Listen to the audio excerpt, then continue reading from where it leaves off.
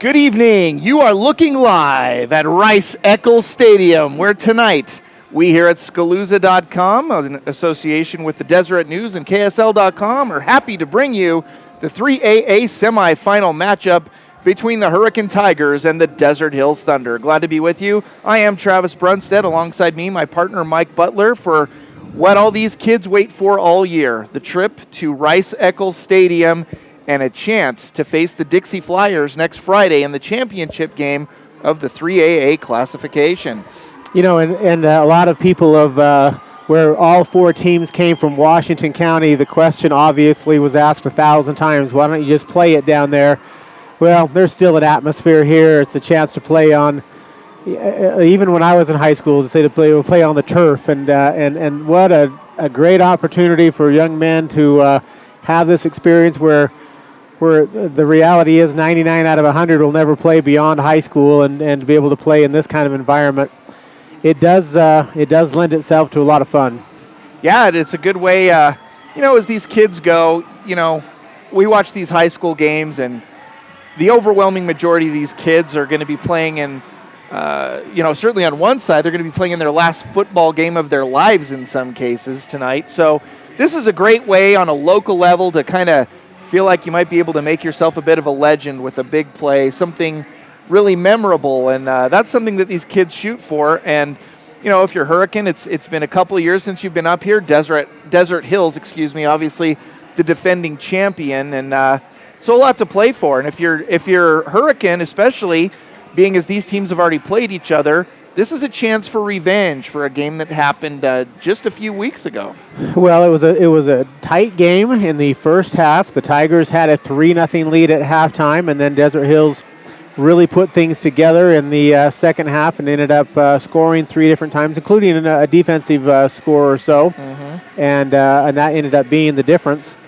But we'll see what tonight brings, and in a lot of ways, Desert Hills may be looking at this thinking, this is a team that took away a title from us 3 years ago on this same field as well. Sure.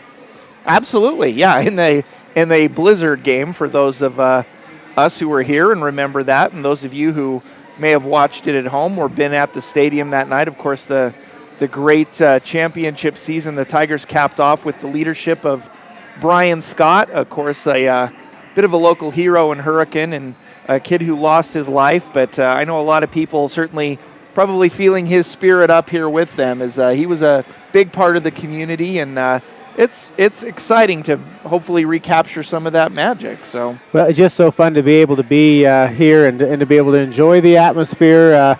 Not really a great crowd. I mean, our analytics showed last night we had more people watching us last night than probably were actually here. So we anticipate a huge response from the Southern Utah community, and I wanted to first of all thank the number of sponsors that will be promoting throughout of tonight's game, because that really is what's going to make these broadcasts happen. Again, thanks to the Deseret News and allowing us to be part of this. But it's going to be a fun night to kind of watch and see some of the keys of the game. Just even driving up today, meeting with some 2 different stops that we made, and there were people from the Desert Hills area, and we had a chance to visit with them, and they were pretty pumped about the game, and to be able to now be here in a pretty good atmosphere, pretty good weather conditions, a lot better than it was 24 hours ago, and I think it's going to be much more pleasant for everybody involved. And a lot of people I know were hesitant to make the trip up because of the weather, but it turned out to be a pretty nice night. Yeah, there was one brief patch kind of in the Beaver area where there was a maybe 2 or 3 mile radius where it was snowing pretty good driving up, and a couple of cars even slid off the road. So maybe safer for some people who decided to stay home, but pretty clear sailing for most of the way. We should have decent weather tonight. I know there is some rain and snow potentially in the forecast, but they've said that shouldn't happen until the overnight hours, in fact, suggesting that perhaps you'll wake up and see some snow up here, but should not affect our game tonight. Should be a lot more comfortable than, as you said, last night, where there was that game in the fourth quarter especially was pretty severely altered by the weather. So we don't anticipate that same situation. And in either way, these are 2 teams that really like to run the ball. So I think even if we did get a little bit of precipitation somehow, I don't know how much it would really change what these two teams like to do. But it's going to be interesting tonight, Travis. The Tigers playing a quarterback that has played a total of about 5.5 quarters in the entire season, a sophomore. Young Josh Parker, of course, his brother was the lead quarterback for the Tigers a few years ago. But we're going to watch the Desert Hills defense. I think is going to be salivating tonight to try to rattle number 30, and he's probably the only number 30 quarterback in all of high school playoffs this year in any state in the United States. So could very well be, but he's got some talent. He's young and he's raw, but I think he's got some ability. So we're anxious to see what he can do on a big stage here tonight. We're going to take a quick break here in our pregame show, and when we return, we'll get you set for kickoff here from Rice-Eccles Stadium.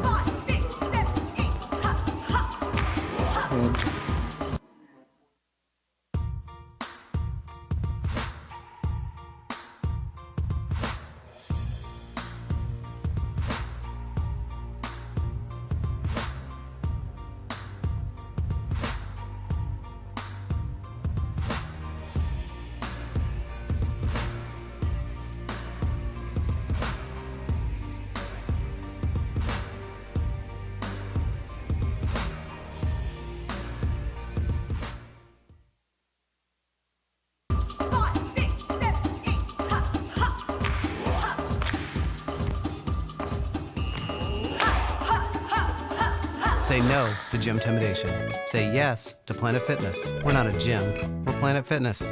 Your locally owned and operated Planet Fitness is a proud sponsor of our amazing high school athletic programs. We feel that when clients come to us, the most important thing up front is to take the stress out of a highly stressful environment, to be able to create transparency and to create a relationship of trust where they know that we're going to take care of them every step of the way. That's what's most important to us. And in the end, we've delivered on our promises.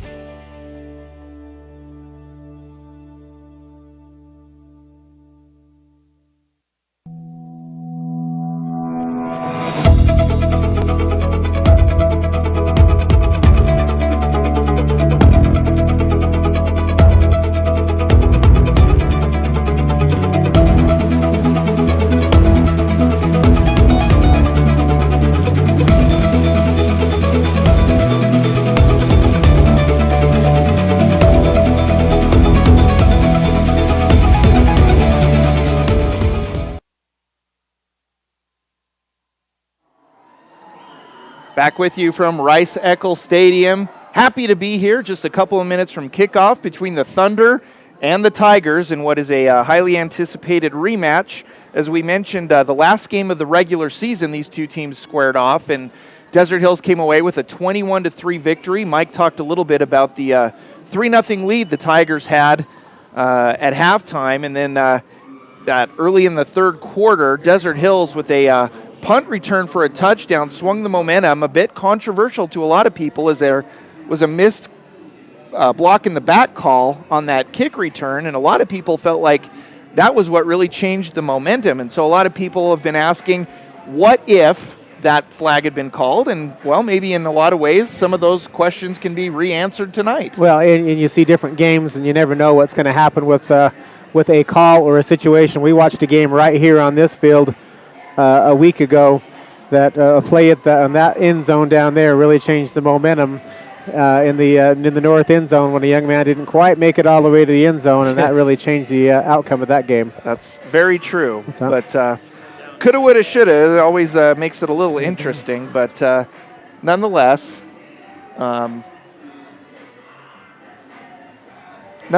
you play the games for a reason. So we'll find out those answers here tonight on Scaluzza, KSL, and the Deseret News.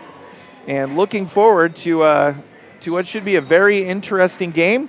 Desert Hills in the black jerseys with gold numbers and pants. Hurricane in the road white unis with red numbers and black trim. Our kickoff today brought to you by Planet Fitness. Only $10 a month with no commitment. How do you turn that one down? Especially for those of us getting close to the first of the year, you want to make that resolution to get in shape. So keep Planet Fitness in mind for just that as we get set for the Thunder to kick things off. And they do from their own 40, taken at about the 1 yard line. Returned across the 15, across the 20, leaping and flipped on his back is Nick McDaniel, the tailback for Hurricane. He takes it up to the 25-yard line, and that is where the Tigers will start on their first possession of our ball game. First downs tonight brought to you by USU Eastern, and a couple of members of both the Tigers and the Thunder out playing volleyball for USU Eastern this year. Very true. Some with some loose ties to our football program as well. So 1st and 10 for the Tigers. Josh Parker under center, the sophomore for the Tigers. Long count, pitch, right side, trying to turn the corner and getting up to about the 28-yard line. Carry by Nick McDaniel. That's a sweep play that you'll see the Tigers run quite often. They'll hand the ball. The wing T offense is what the Tigers run if you're not familiar. So there's a lot of handoffs to the fullback. Fullback's kind of the key cog in this offense. So you'll see a lot of Jake Carr and Jeremiah Iramia. Iramia is a player that we'll keep our eye on defense as well. He is committed to go to Brigham Young University and play defense there. Here's a long pass play. It is caught into Desert Hills territory, and Josh Parker may be young, he may be inexperienced, but he brings a facet to this offense that they did not have for the majority of this season. And he threw it to Noah Elison, and what a great catch by Elison, and that ball was right on the money in single coverage, and a nice job to read it, to see it, and to make something happen. Early jump for the Tigers as they would love to try to get on the board first, something that they didn't score a touchdown in the game 3 weeks ago. So Tigers taking their time with the play call. Under 10 seconds on the play clock as they break the huddle.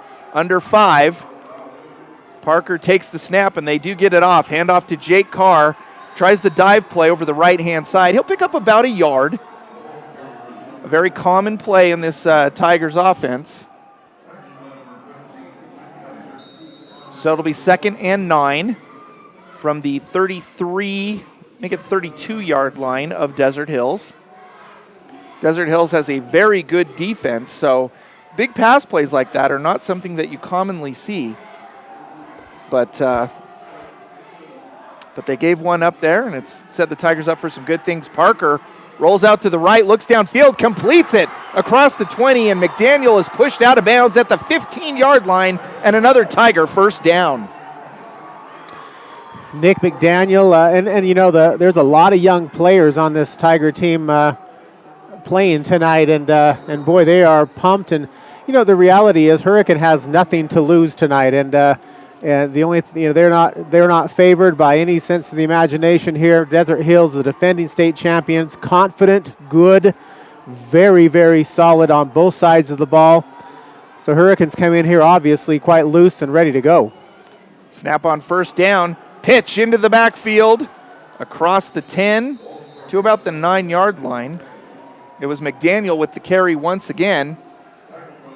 Tigers, one of the things that we've seen is as we've been able to broadcast all these Tiger games all year, they're traditionally haven't had great first drives. They're kind of slow starters, but this might be one of the best drives we've seen out of them to open up a game all year.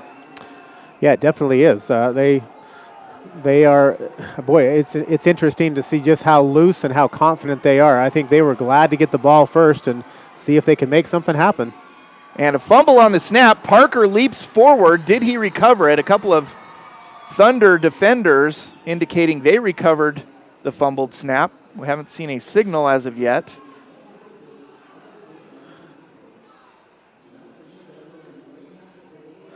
Looks like it's going to stay with the Tigers. Tiger ball. So it'll be 3rd and about 4.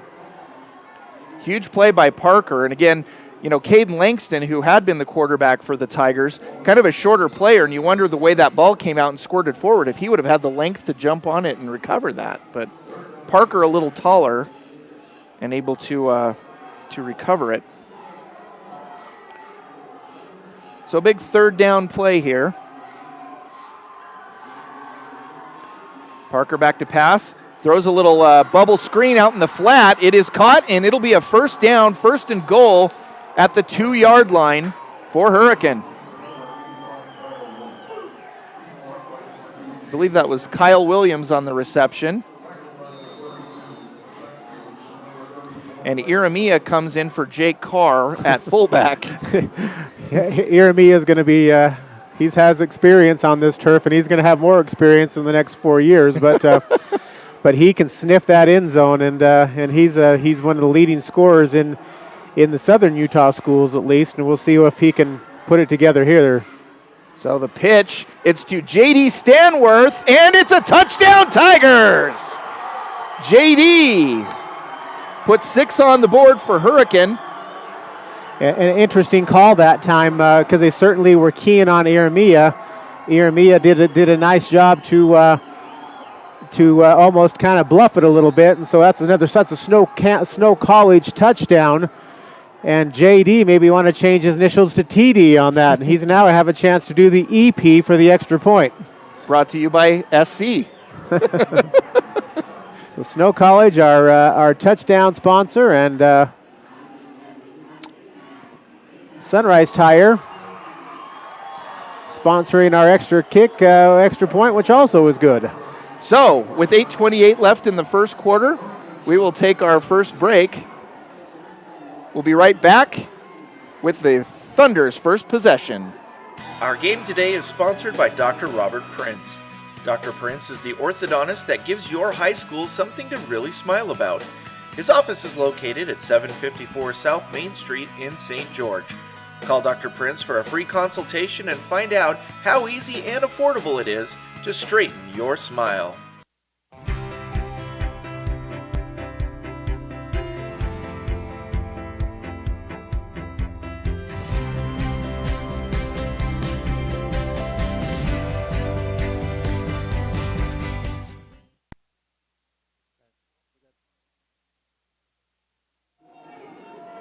Back with you. 7-0 our score. The Hurricane Tigers with an impressive first drive. Making it 7-0 on the two-yard touchdown run by J.D. Stanworth. Whistle on the kickoff. Perhaps the Tigers offside. That's oftentimes the call.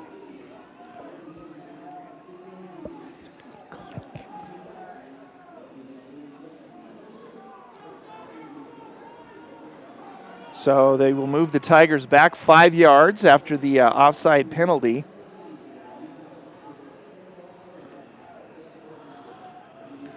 And they will try it again, this time from the 35-yard line. The kickoff specialist is Tyson Yardley. And here is the kick. Be a little short, taken at about the 12-yard line, slipping, but regaining his footing is Bridger Cowden, a name we will be calling a lot tonight. He is the leading rusher for the Thunder, and he ran a lot of yards, but not a great return, as they will be starting from shy of the 20-yard line. 1st and 10 for the Thunder. We'll see if they're able to answer back on their first drive as well. Bridger Cowden, again, as we said, the man who will be getting the majority of the carries. Nick Wormsley, the quarterback for the Thunder. He runs quite a bit. He's a good dual threat option. So we'll see what Nick can do as well. Desert Hills running a spread offense, as you can see. Handoff and stuffed in the backfield. Charlie Safita, one of the 2 stud linebackers for the Tigers. We talked a little bit about Iramia, but Charlie Safita is every bit as solid in the middle for the Hurricane Tigers. I know he got a lot of love from the Desert Hills coaching staff this week on newspaper and other outlets. That's a good linebacking core for the Tigers, and one that is pretty experienced and has played a lot of games together. Back to pass is Wormsley, runs to his right, throws it, and a flag in the backfield, and it is holding on the Thunder. So 2nd and about 12 will go back further from there. Wasn't a huge gain for the Thunder anyway, but obviously negated by the hold. So now it'll be marked at the 4-yard line. Desert Hills deep in their own territory. And not the way the Thunder want to start things off. Well, as good as this Thunder offense is, and it has been all year long, it's a little bit shaky for them. They're not used to not just dominating, to be honest. Yeah. Trailing is not something they've had tons of experience with. Back to pass, trying to run out of his end zone is Wormsley. He breaks one tackle into the secondary, and he's going to pick up the first down. A terrific play by Nick Wormsley. That was a great run. I was waiting to see if there was a potential flag out there. It looked like Stansworth was trying to bring him down, and it looked like maybe he got him around the collar, but it looked like it ended up being more of jersey than anything else. So, but what a run. That was 2nd and 21 in your own end zone and just dying out there, and he made a great play. Certainly did. So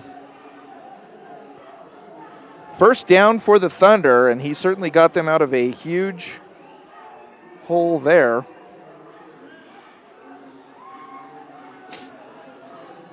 As we get a little closer to the halfway point of quarter number 1. Desert Hills false start, looked like.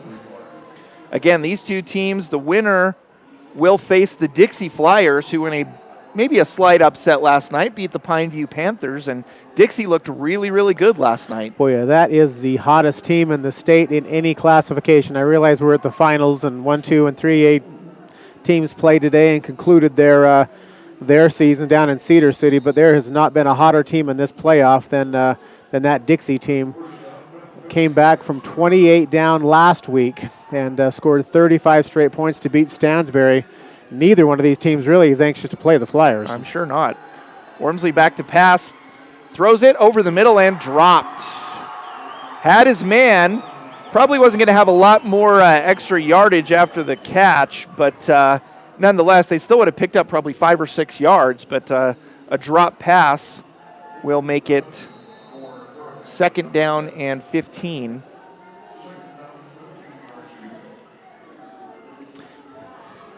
I think Durham, Jones, and Pinniger, locations all over the state. We'll be watching them for the play of the game later tonight. Cowden breaking through the line, and he's going to be very close. In fact, he will pick up a first down as he's brought out of bounds at the 41-yard line.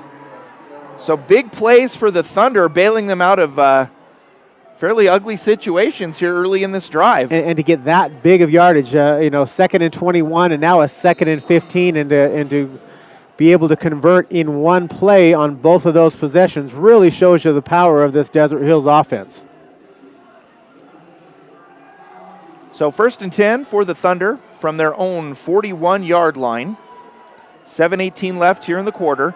Back to pass is Wormsley. He throws it deep. His receiver had his man beat, but a little bit strong on the throw. Yeah, the ball just a hair long, but really nice. Boy, it would have been a touchdown had it been just a touch softer. For sure. So 2nd and 10 for the Thunder. Again, appreciate you being with us tonight, enjoying some Friday night football action. Friday night, of course, the time that seems most fitting for high school football. Here's Cowden with the carry. He's going to pick up about 4 yards. So it'll be 3rd and 6.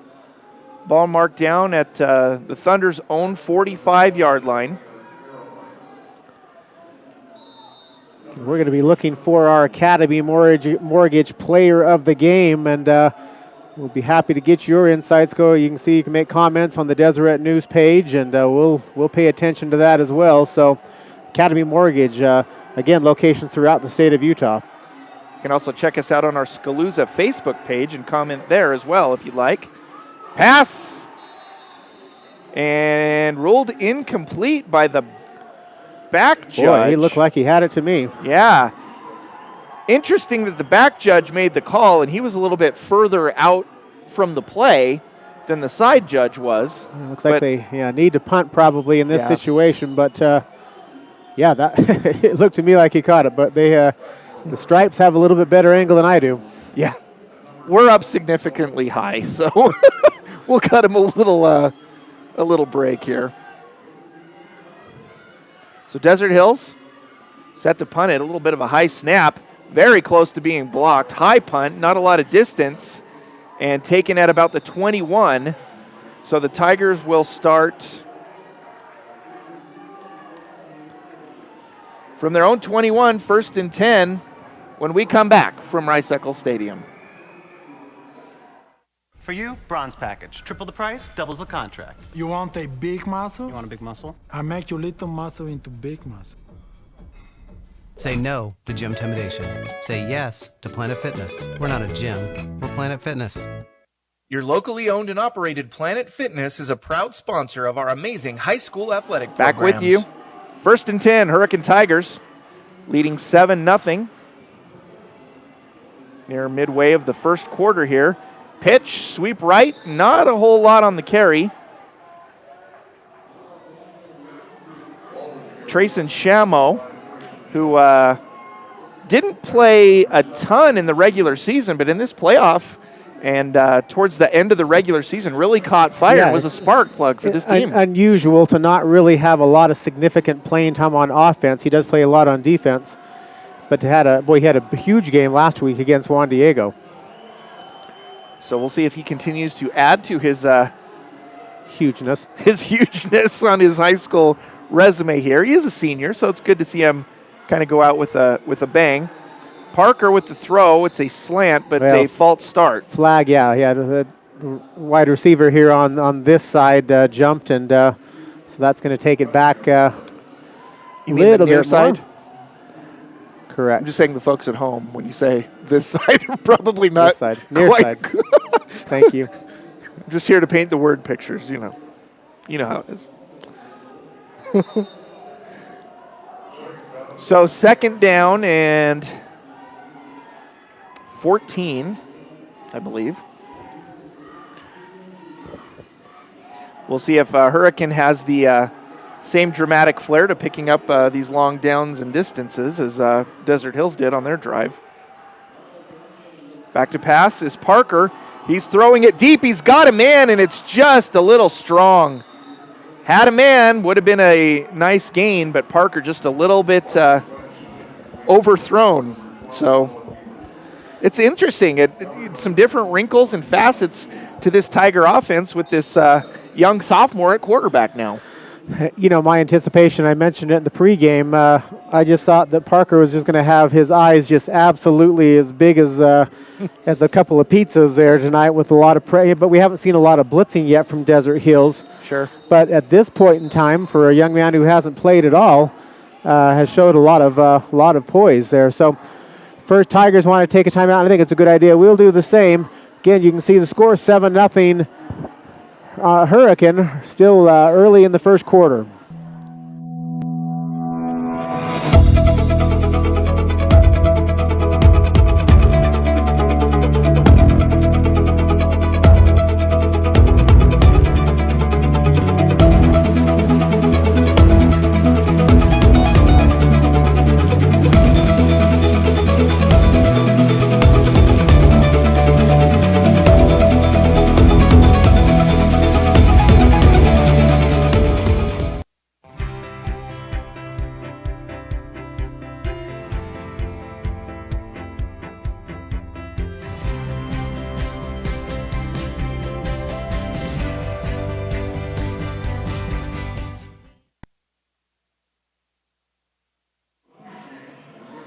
Welcome back. It's 3rd and 14 for the Hurricane Tigers, deep in their own end, their own 17-yard line, the line of scrimmage. Back to pass, Josh Parker looks, throws, and trying to adjust No flags. I think the intended receiver there, Noah Elison, looking for a flag, but kind of got twisted up on his own a little bit. Elison looking on the outside shoulder, and Parker threw it on his inside shoulder. So 4th down and 10 4th and 14 for the Tigers, their first punting situation. So, Tigers a very successful first drive, and penalties kind of slowing him down here on their second. Desert Hills will get their second crack on offense. Should have good field position as McDaniel punts it, bounce it at the 46, taking it to 42, across midfield, and Desert Hills will start from about their own 47, from the Tiger 47-yard line. For Desert Hills, boy, they really need to kind of get things happening here. You can see the explosiveness. We saw 2 great plays already.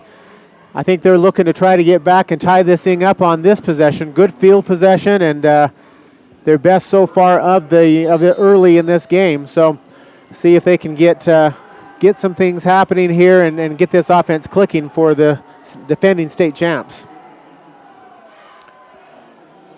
1st and 10 from the Tiger 47. The Thunder have their second offensive possession here. Here's a pitch to Cowden on the left-hand side, breaking a couple of tackles, getting some extra yards, picking up about 9. A nice carry on 1st down. Boy, Bridger's a name we have called now for 3 years. He has just had a stellar career for Desert Hills, and as he wraps up his high school career, he's really one of the, even though Desert Hills is a young school, certainly one of the best players they've ever had there.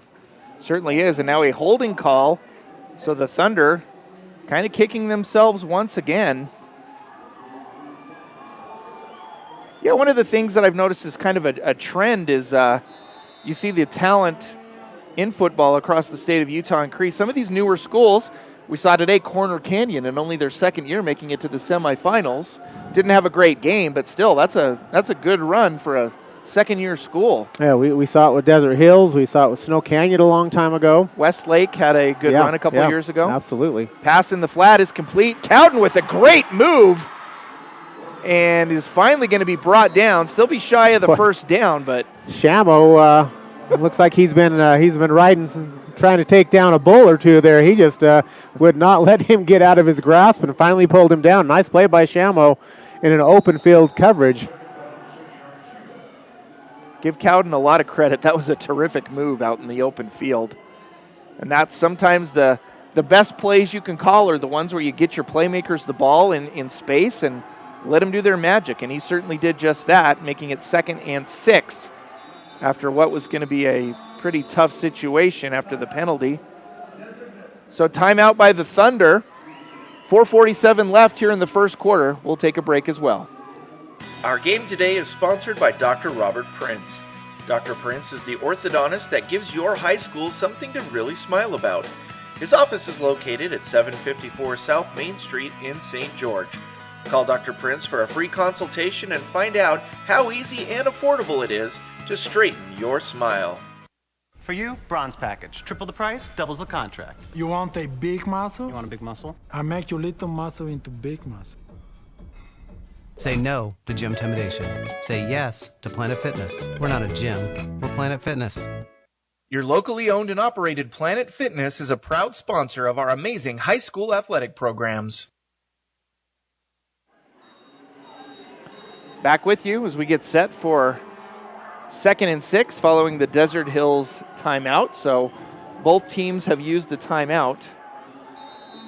2 remaining for both squads here in the first half. And we're still in the first quarter, folks. 7-0 Tiger lead. Play action pass looking deep. Wormsley throws it. It is well out of bounds. Was not going to be catchable regardless, but it will be 3rd and 6. I think they felt confident that maybe take a crack at it, see what you can get on that, and still a very doable 3rd and 6 in great field position. So yeah, they're in position. They might have 2 downs here that they choose to use. We'll see how Coach Frankie decides to play it here. 3 receivers wide to the left. Cowden in the backfield with Wormsley. Wormsley back to pass, looking over the middle, waiting for something to develop, and great defensive play. It is a catch, and I believe an interception. Wait that for the signal. McDaniel? There it is, McDaniel. Boy, Yeah. he has just come up so big.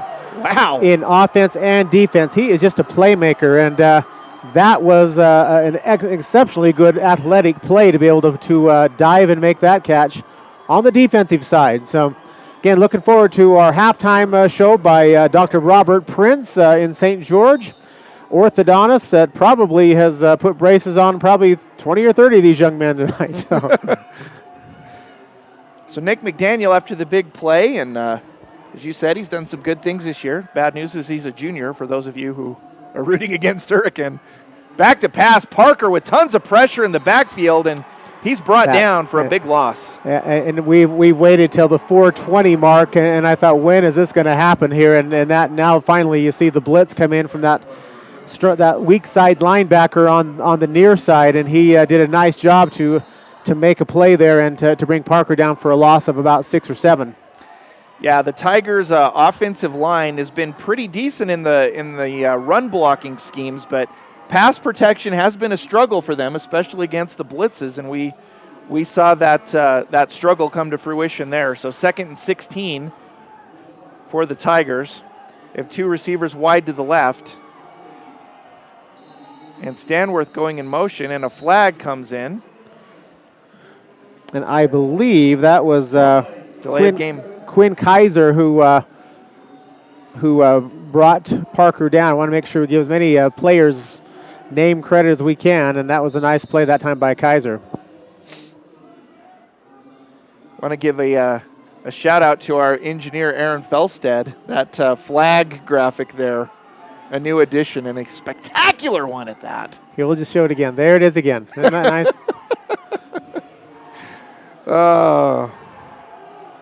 Appreciate all the good work he does, and especially being a terrific cameraman here tonight. Carry, time Jake Carr gets across the 20 to the 21 as they slowly try to dig themselves out of a big hole here, but still 3rd and 14.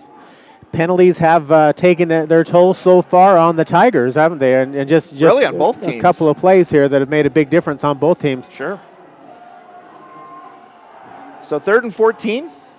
See what tricks they have up their sleeve, or if they just try to give themselves a little more room, and that appears to be the case. Sweep called to McDaniel, and he will lose a yard. So on 3rd and long, not willing to take a big risk in their own end, and the Tigers look to play the field position game here. And now McDaniel still down on the field, and that would be a big blow to the Tigers if he is unable to continue. So we're going to take a quick injury timeout here. We'll update you on McDaniel's status when we come back here on Scalooza, Deseret News and KSL.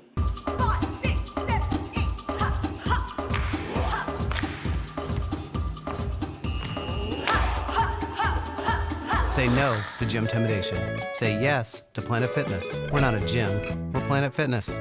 Your locally owned and operated Planet Fitness is a proud sponsor of our amazing high school athletic programs.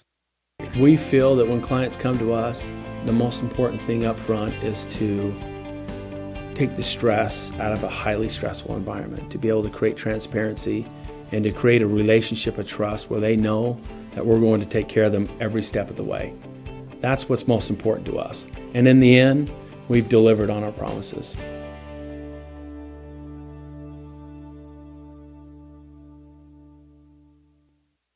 Our game today is sponsored by Dr. Robert Prince. Dr. Prince is the orthodontist that gives your high school something to really smile about. His office is located at 754 South Main Street in St. George. Call Dr. Prince for a free consultation and find out how easy and affordable it is to straighten your smile.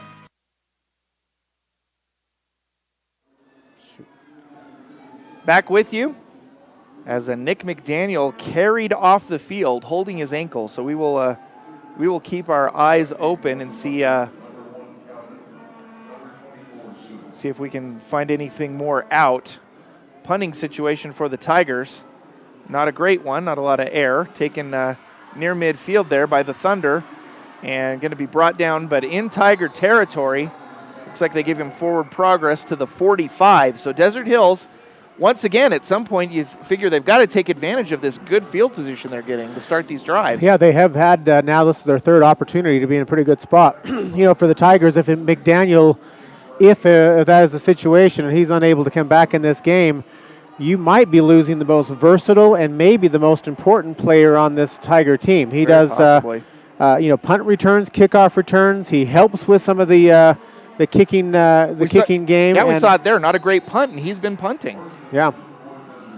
So you make a great point there, Mike. Thank you. 1st and 10, Wormsley with the keeper, and he is belted. Safita was the one that hit him pretty hard, and give Wormsley credit for getting up from that one. He got stuck.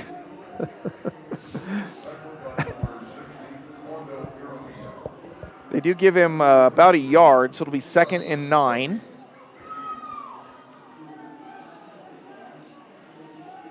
Give some credit to the Hurricane defense as well, as we've said.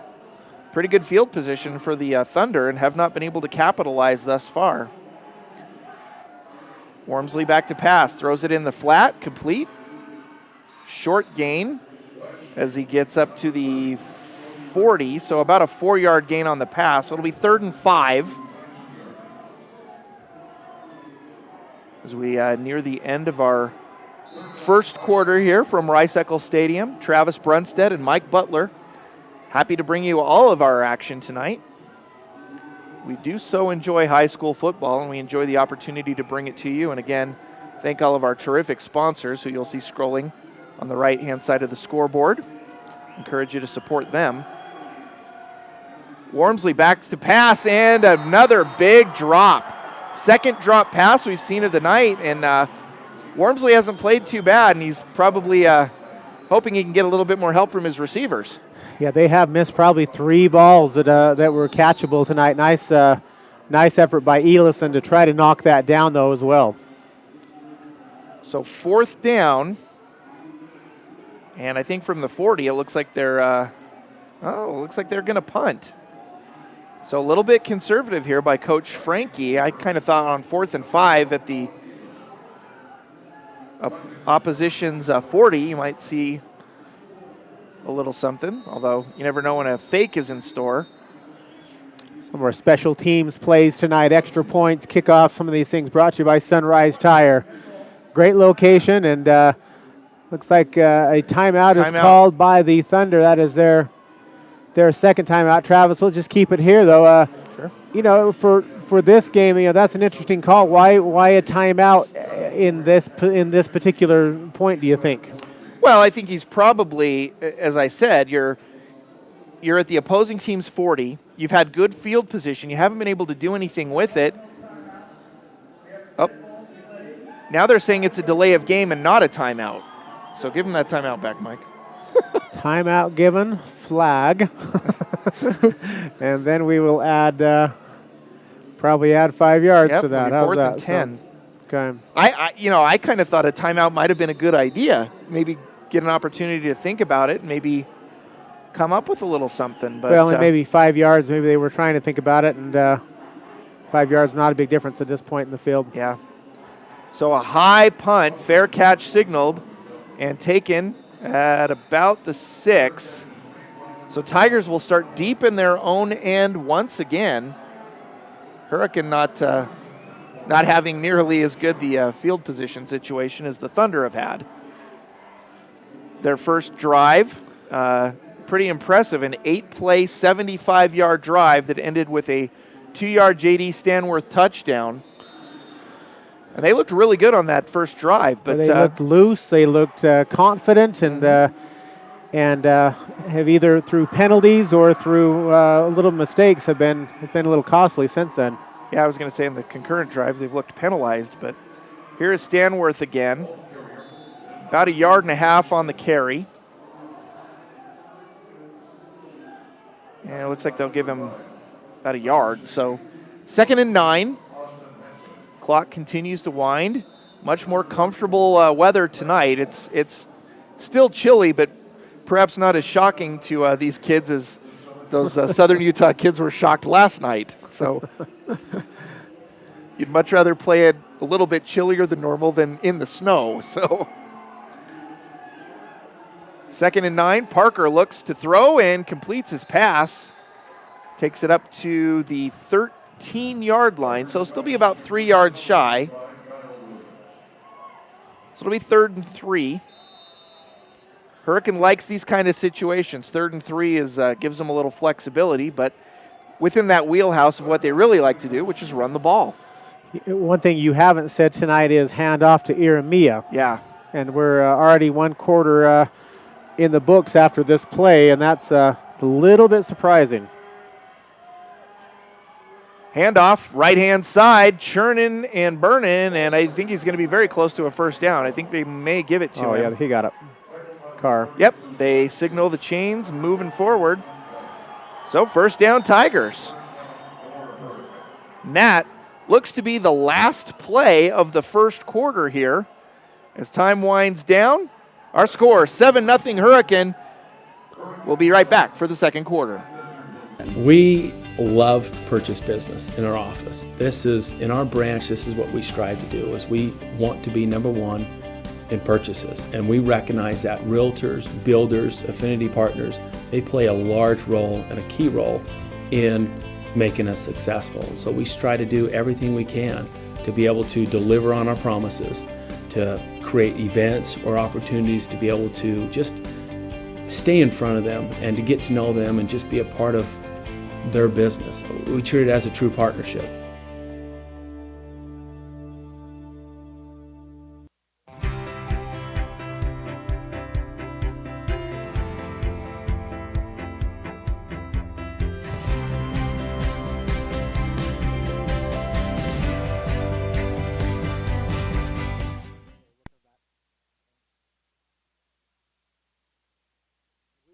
Second quarter of play, just taking a look at Nick McDaniel, and just he's standing on the leg again, injured in that first quarter of play. He's had a big game already for Hurricane, an interception and a huge catch, but to see him standing on his legs, potentially a good sign.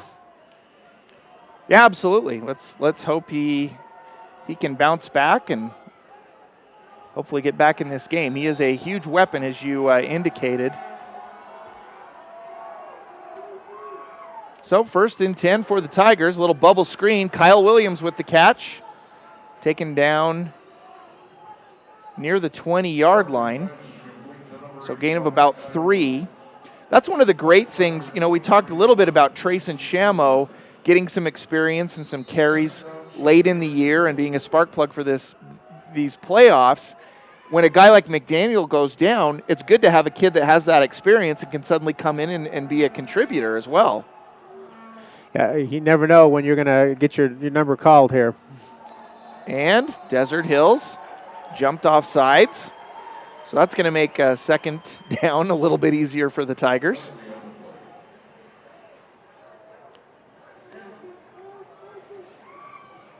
So 5 yards will move it up to the 24-yard line for Hurricane. Again, penalties have been costly.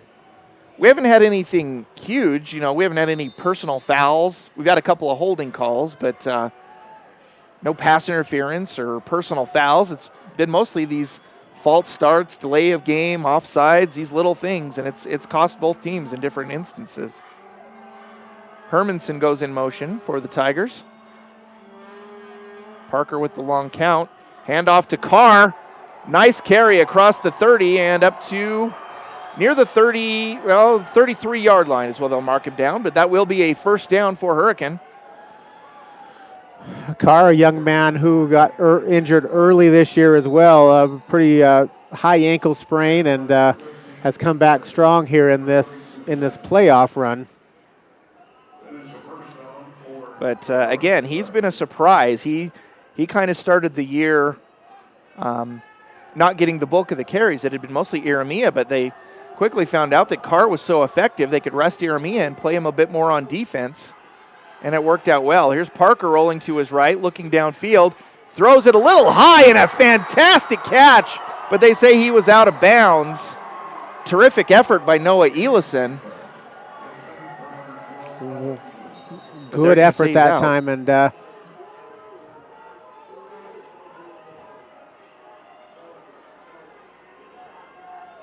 not seeing a flag, but it looks like play has halted for a second, but it looks like it should still be second down and 10. Yeah, I think it was just the incompletion.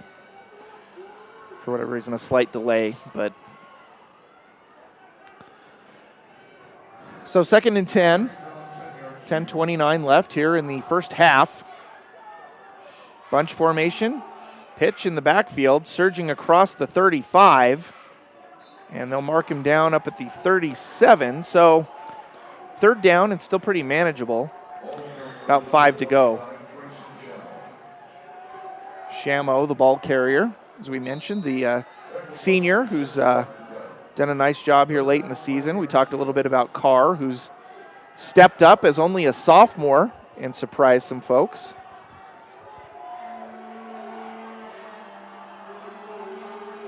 Third and 5, pass in the flat, a little bit behind, but breaks a tackle and then gets his neck broken. Wow, great effort.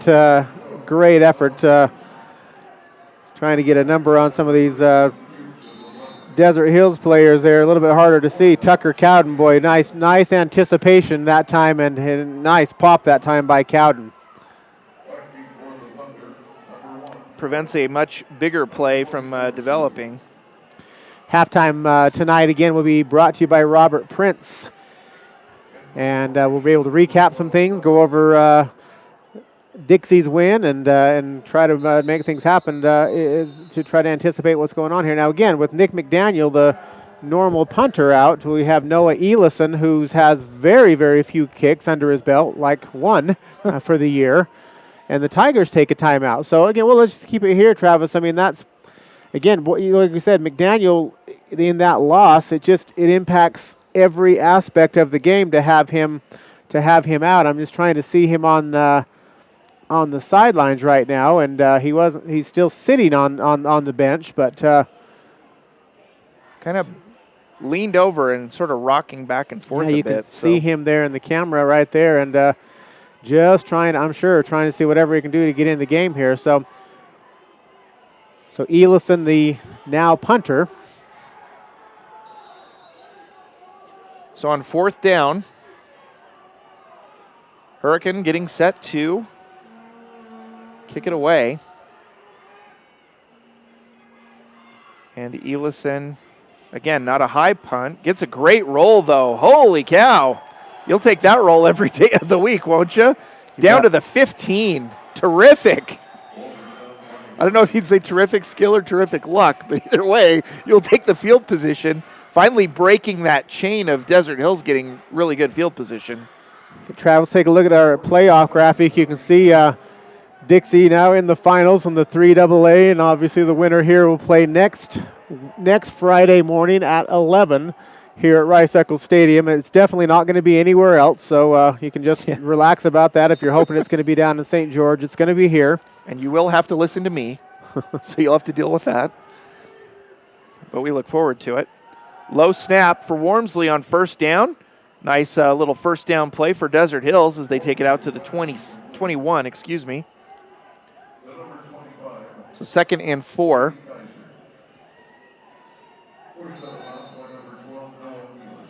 Thunder with that high tempo, no huddle offense.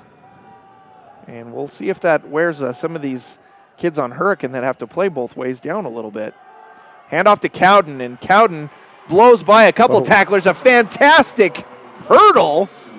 Picks up a couple extra yards. I think that was Gabriel Sewell. It was, you're right. Sewell and... and a flag on the play, too. You're right, it was Sewell. The 7 looked like a 1 from clear up here. My bad.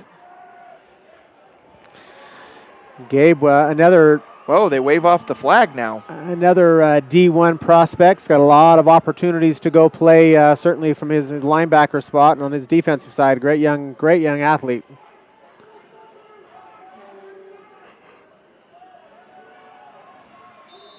So it does wind up being a first down for Desert Hills.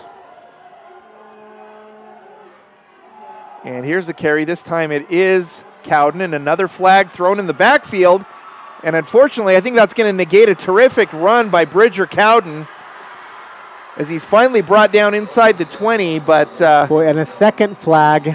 Holding against Desert Hills. But a second flag was thrown around the 45-yard line.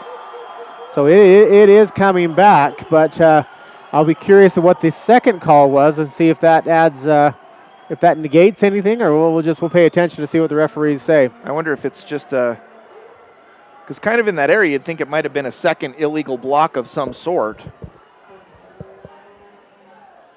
So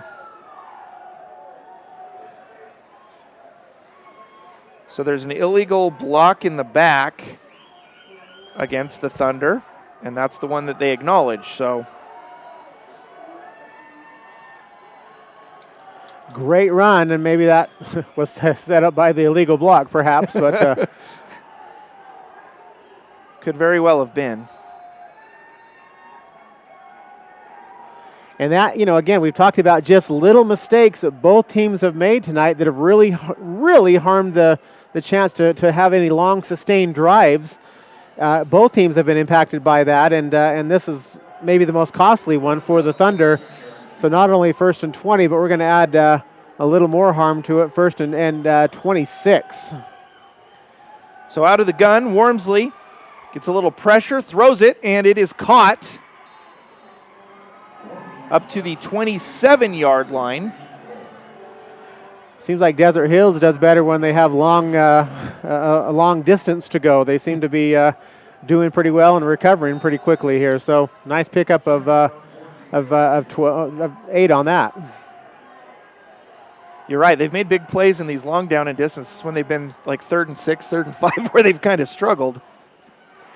Pass in the flat is caught. They're going to be close to a first down. Still about 3.5 yards shy of the first.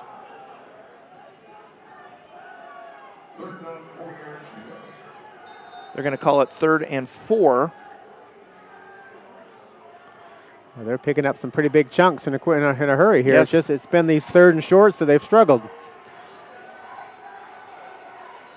I would say do what you've been doing on the long down and distances, and maybe that'll help you out. Here's a pass in the flat, wide open and overthrown. Wow, boy. he was open too. He had a flag in the backfield too. Personal foul, roughing the passer. So there's your 1st and 10. So there's a big break for Desert Hills. If you're the Thunder, you've got to be happy with the ultimate result, but at some point, I'm sure Wormsley's probably wishing he could have completed the pass. So a huge gain on the personal foul. Moves it into Tiger territory up to the 47-yard line. Well, I just did not anticipate a 7-0 score at this point in the game. I just really felt like there'd be a lot more opportunities of scoring, if nothing else, and we really haven't seen it.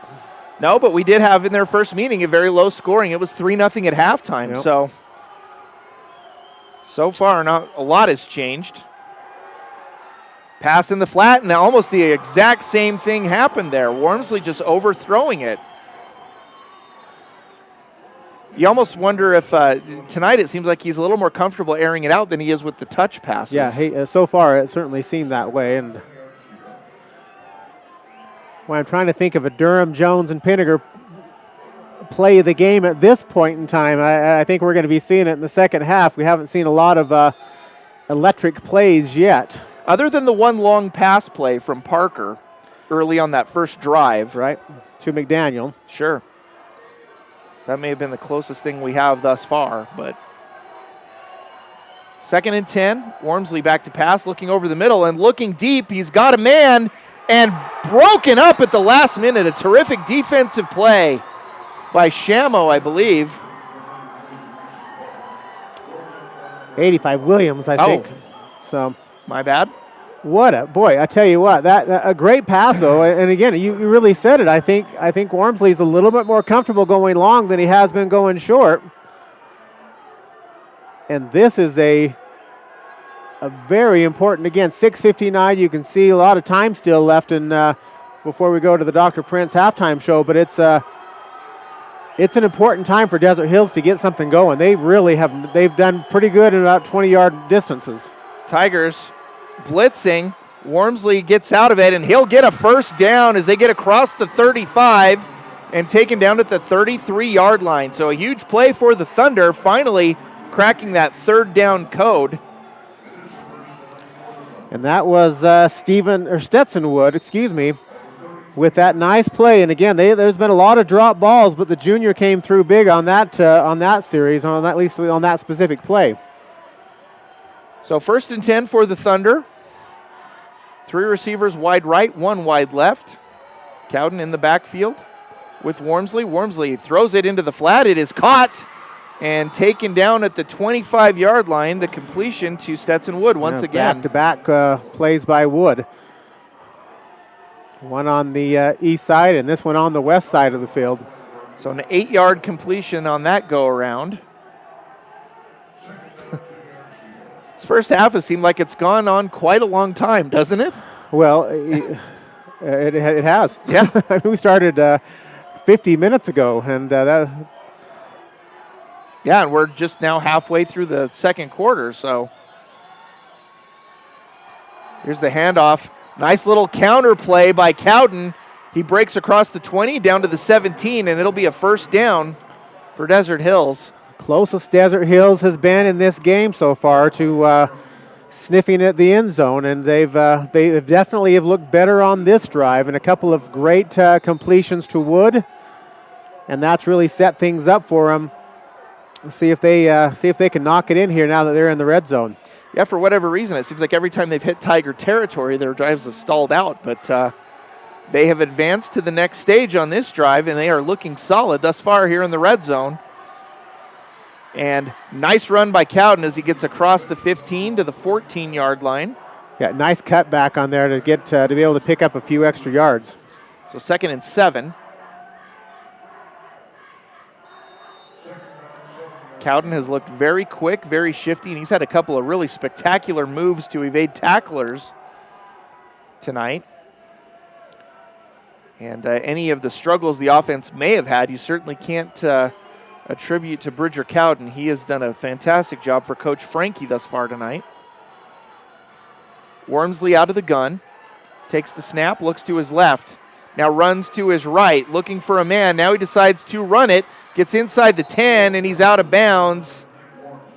And I believe they're going to mark him out at the 7-yard line. So that's right by the marker, and they do signal a first down. So it'll be 1st and goal. From the 7. Drama building here at Rice-Eccles Stadium.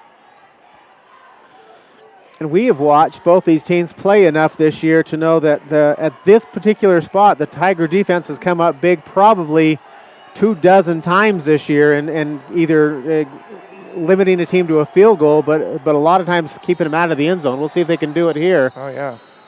It's like a timeout, Desert Hills. So we'll take a timeout of our own. 4:41 left here in the first half. Still 7-0 Tigers.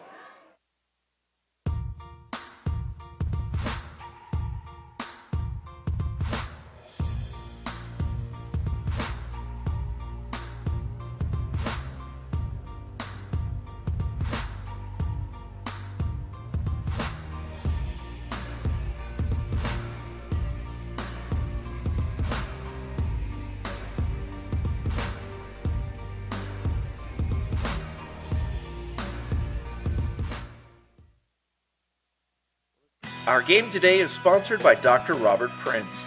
Dr. Prince is the orthodontist that gives your high school something to really smile about.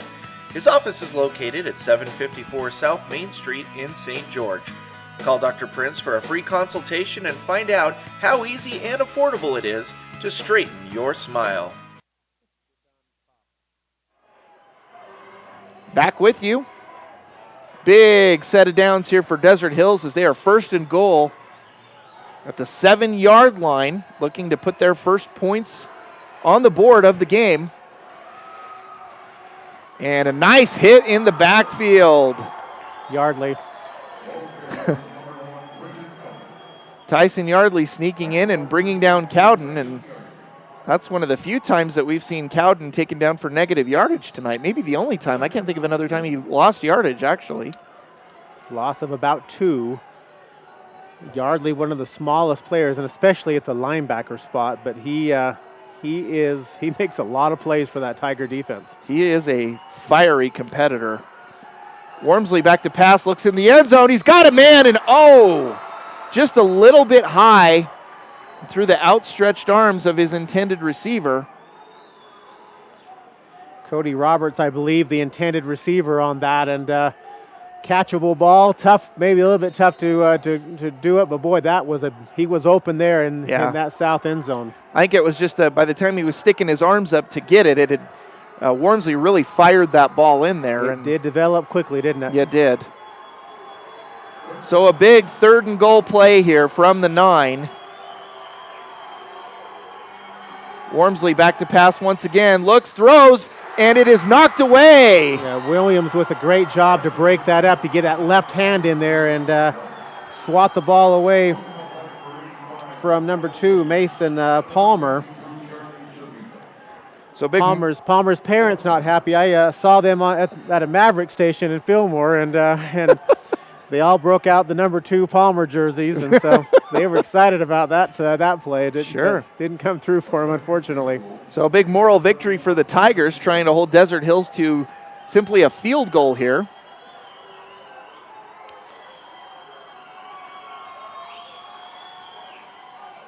A little bit of a high snap, but the placement is good. The kick is up, and it's no good. Boy, wide right. I don't know how. Unfortunately, we just don't have the replay opportunities like we'd like to, and boy, that looked good. It looked good from this angle, but obviously not. I actually, kind of the way I saw it, the trajectory looked off to me, so that's why I kind of paused and waited for the refs, but it did sail wide right. So field goal opportunities brought to you by Sunrise Tire tonight. Go see them for lube and oil, any tire needs, and any repairs. They do a great job. And you know where they're at in St. George. It says Sunrise Tire. Absolutely. Just right over there by the Zion Outlet Mall. I've been there several times. Handoff to Carr. He surges up the middle, up to the 24-yard line on the first down carry. And, boy, how big is that for this Tiger team if they're able to keep the Thunder off the board heading into the half? Looking on the sideline there, McDaniel's ankle is taped, but he is walking around. Again, hard to know. We'll have to see, and the longer he stays off of it, probably the more sore that it gets. Sure. Second down carry. Taken out to the 25. So about a yard for Shamo. So it'll be a 3rd and 5 here. I'm sure Hurricane would like nothing more than to at least try and run a little bit more time off of this clock. And now a timeout taken by the Hurricane Tigers. So we'll go ahead and take a quick timeout here ourselves. Still 7-0 Tigers from Rice Eccles.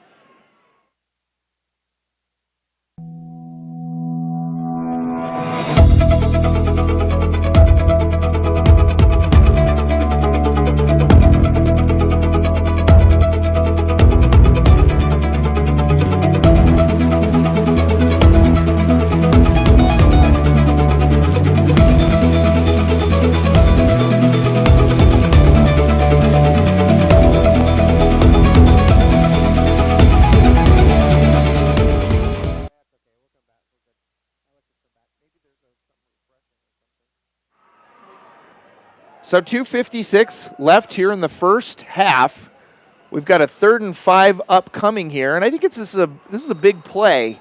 With if the Thunder get the ball back with 2.5 minutes left with decent field position, they've been able to move the ball in chunks at times, and they still have an opportunity to put points on the board. Yeah, they're going to be coming after Parker. I think we're going to see the whole gang.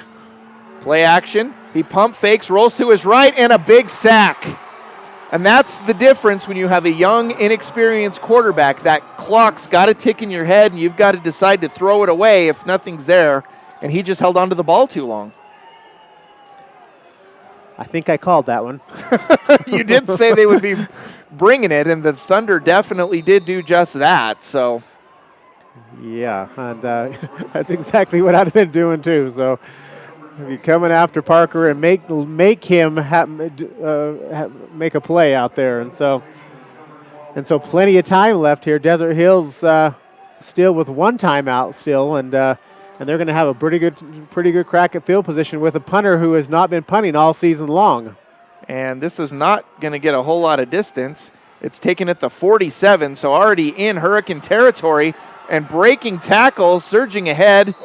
And he'll take it all the way to about the 36-yard line. So plenty of time. Yeah. Plenty of time for the Thunder to try to get on that scoreboard. They field goal attempt was wide right, but they've got time, one timeout, 1:56 left, and let's see if they can get on the scoreboard. If Hurricane can get into the halftime with any kind of a lead, I think this is a huge momentum builder for that Tiger team. And it's been a quiet game. I mean, that first possession, Hurricane scored on their first possession of the game to start out the first quarter, and it's been silent by both teams since then. Yeah, very quiet ever since. Halftime adjustment should play a pretty big part here. So Wormsley back to pass on first down, looking for someone that hasn't got much. Now he looks, got a man, and overthrew him. Well, he had all day long. He could have walked to St. George by the time that he had on that. Holy cow. No real pressure, no blitz at all coming in from this Tiger defense here. And we'll see if they may try to mix things up. They've got to put pressure on Wormsley. He's just going to pick him apart. That time didn't. So 2nd and 10. So Wormsley chats a few things over with his receivers. Back to pass, looking deep again, throws it deep. Has a man, and again, just a little overthrown. And boy, Mike, you just indicated you thought there might be a need for a flag there, and that was awfully close, wasn't it? Very, very close. And Cowden thought he had a little help on his back right there, and it was close. But Coach Chris Hurst, the defensive coordinator, totally agreed with the referee on that one. So a big 3rd and 10 here. And I think if you're Desert Hills, I think they're going to go for it if they don't cash in here on 3rd down with the field position they've got. Wormsley again with tons of time. Pocket breaking down, though, and throws it. Has a man, and it's off the fingertips. Might have had a hard time staying in bounds if he had caught it, though, too. Intended receiver Brady Kaiser. And I think you're right. I think he would have been out of bounds had he been able to bring it down. But, boy, look at that. I'm seeing the punting unit. I think it's time for a fake punt. Fake punt's brought to you by Sunrise Tire. Because, frankly, sometimes fake punts leave you a little flat.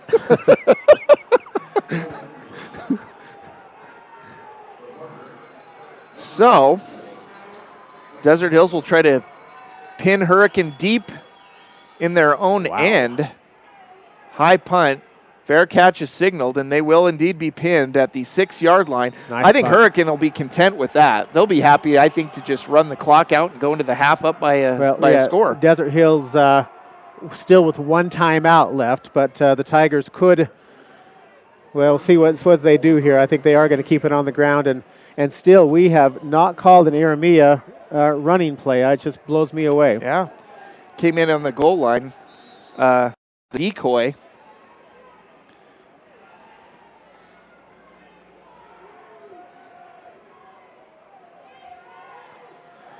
Tigers again deep in their own territory. $1:21 in this opening half of play in the 3AA semifinal game. What a game it's been. 1st and 10. Handoff right-hand side. About a yard on the carry. So again, not much, but as I said, knowing this Tigers coaching staff and their philosophy, they're, I think, plenty content to just milk the clock here. Parker heads into the huddle of his team. 15 seconds on the play clock and counting. And frankly, I think Desert Hills will probably be okay with that too. Yeah, I think they're ready to just hit the locker room and regroup at this point. Little jumping on the line. Long snap count. Hand off to Carr. Surges across the 15 and near the 20-yard line. Great second effort. Churning the legs there.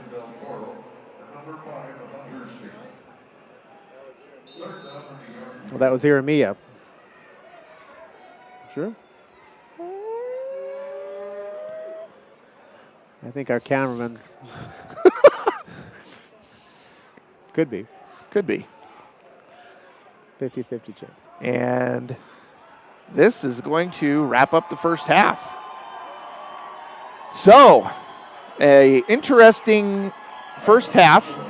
Our score 7-0. The Hurricane Tigers go into the half with the lead, much as they did with a one-score lead in the regular season.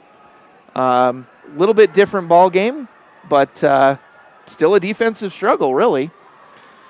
It is, and again, we're going to get into our Dr. Prince halftime show here, and we'll kind of recap some things here. We'll be back right after these messages here, including one from Scaluzza.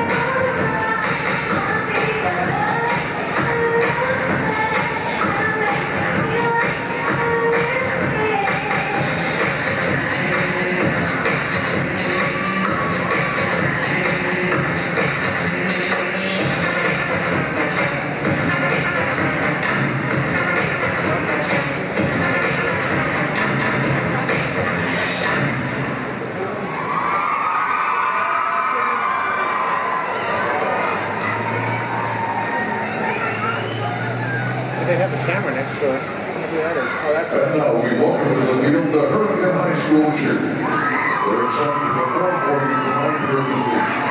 They'll be performing a routine to power, choreographed by SUU cheer and Sarah Hershey. The cheer captains for the school year are Brooke Stewart, McKinney Shea, and Shawnee Gardner. The coaches are Yanni Mule, Tori Hinton, and Sarah Hershey. And they thank the Tiger fans for all of your support. Okay, after this, let's come back to briefly. What do you want to do?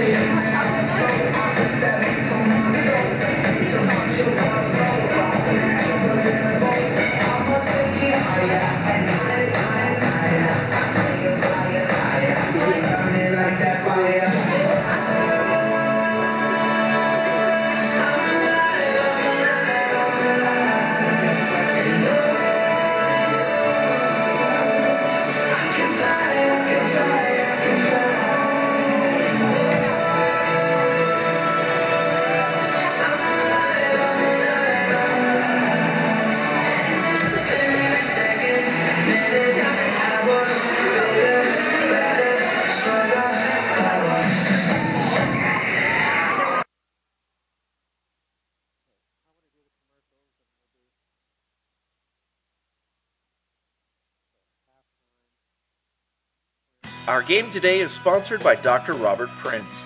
Dr. Prince is the orthodontist that gives your high school something to really smile about. His office is located at 754 South Main Street in St. George. Call Dr. Prince for a free consultation and find out how easy and affordable it is to straighten your smile.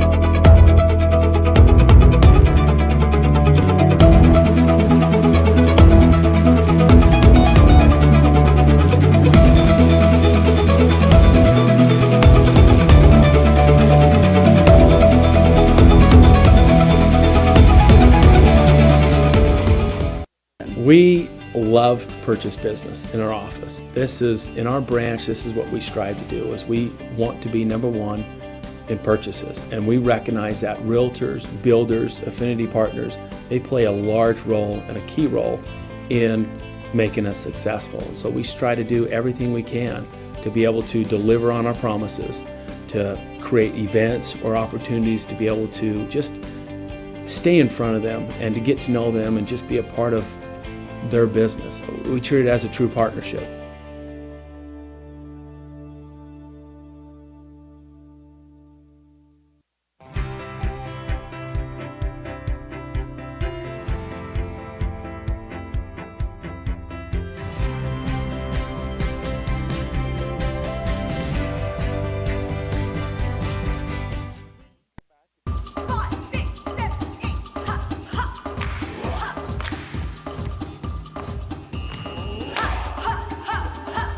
Say no to gym intimidation. Say yes to Planet Fitness. We're not a gym, we're Planet Fitness. Your locally owned and operated Planet Fitness is a proud sponsor of our amazing high school athletic programs.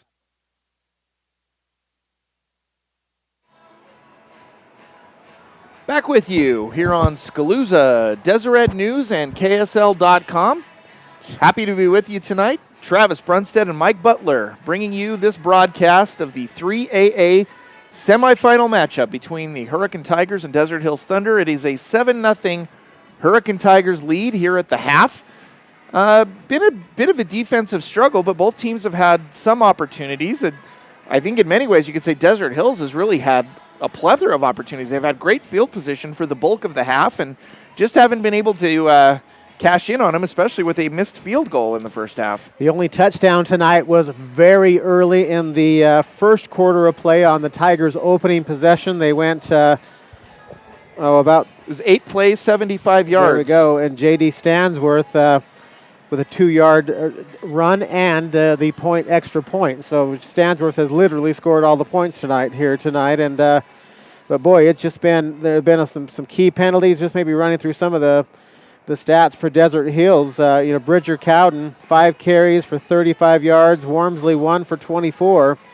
And Gabe Sewell, 1 for 11. I mean, that's pretty amazing stats in and of itself there for Carr. 5 carries for 24 yards. So it has been, is it fair to say, it's been a defensive struggle at the most there. Irmia with just 2 carries for 9 yards tonight.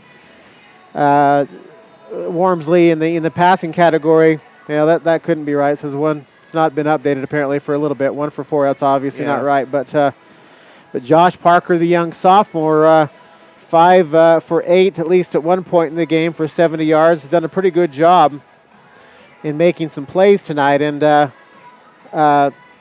maybe at least the key to this game so far is Hurricanes' maybe most versatile player, Nick McDaniel, went down with an ankle injury late in the first quarter, maybe early in the second quarter, and we have not seen him since. And again, we'll see if he is able to do something to come back in the second half at all. A pretty valuable player for the Tigers, to say the least. I mean, he's other than Carr, probably your most substantial ball carrier. He's the punter, plays some on defense. He had an interception in the first half that we haven't mentioned in a while.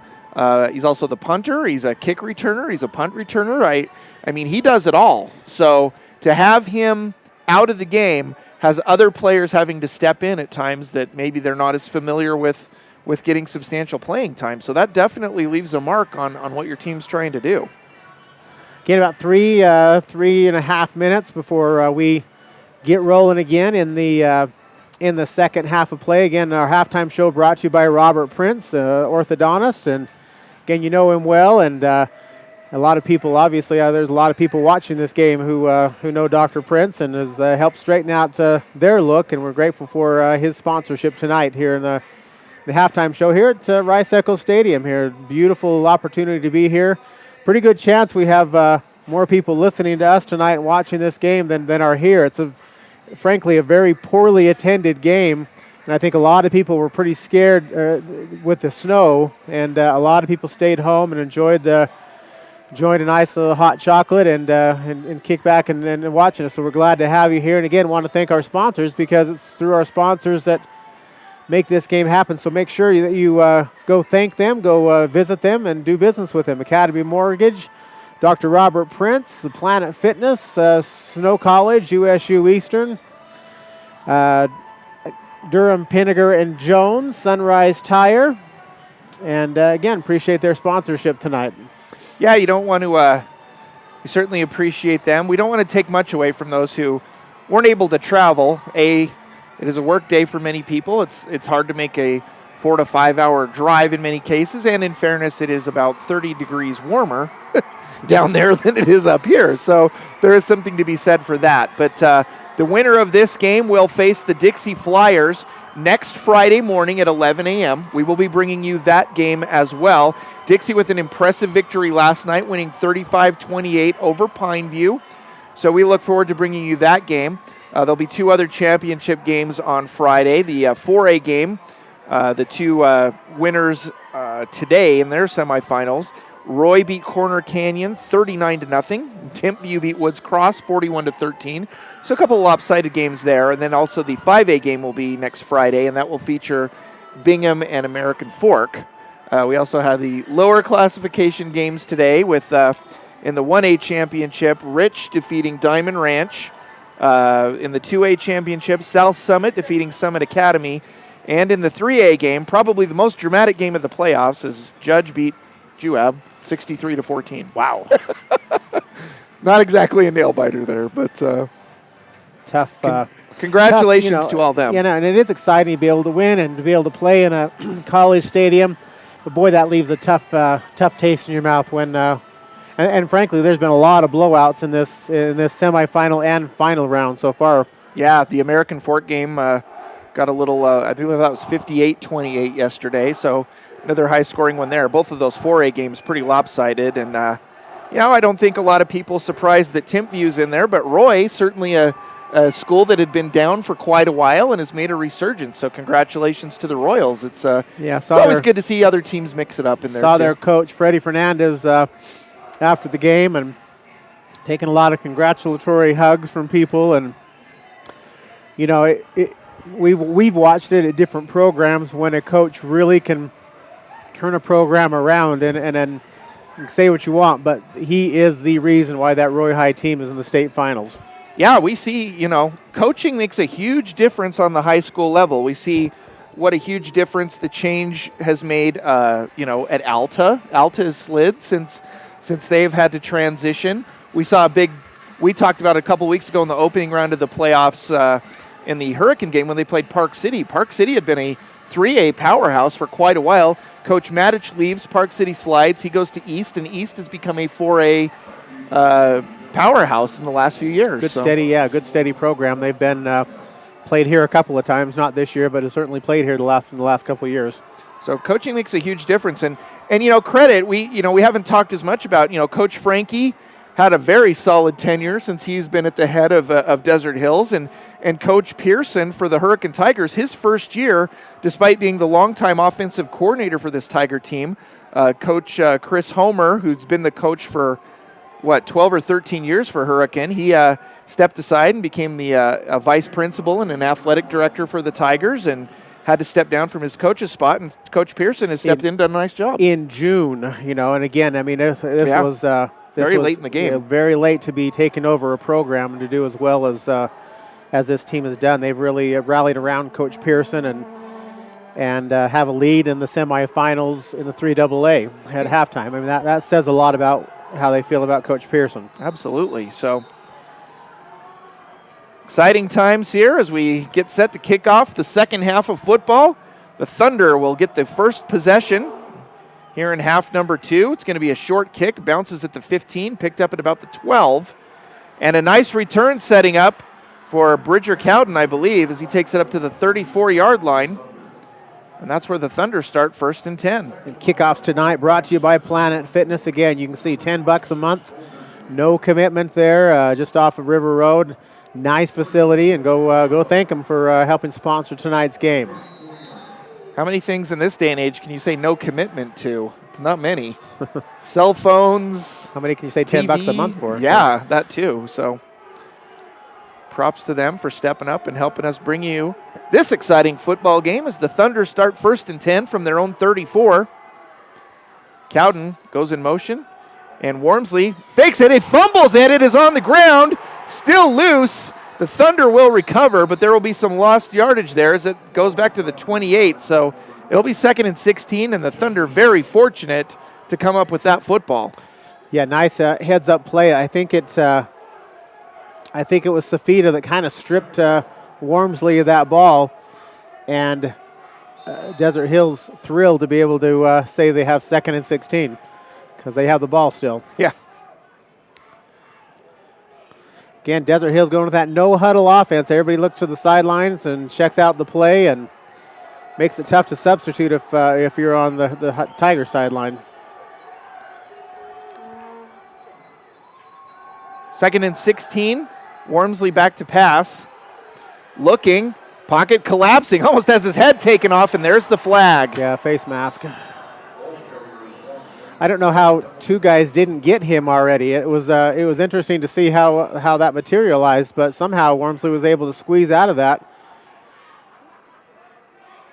And that personal foul face mask, I think. I don't. Well, did they call it the short variety? Yeah, I will see what they. I think it is. Because I don't think he actually grabbed it and pulled it. I think Right. it was just sort of a glancing type deal. But it's pretty good. Pretty good gain. Yeah, I think they gave him about 10 yards on it. So you go from 2nd and 16 to 2nd and 4. I'm not sure how the math worked there, but Wormsley with a 12-yard pickup. we'll call it that. And faking it is Wormsley.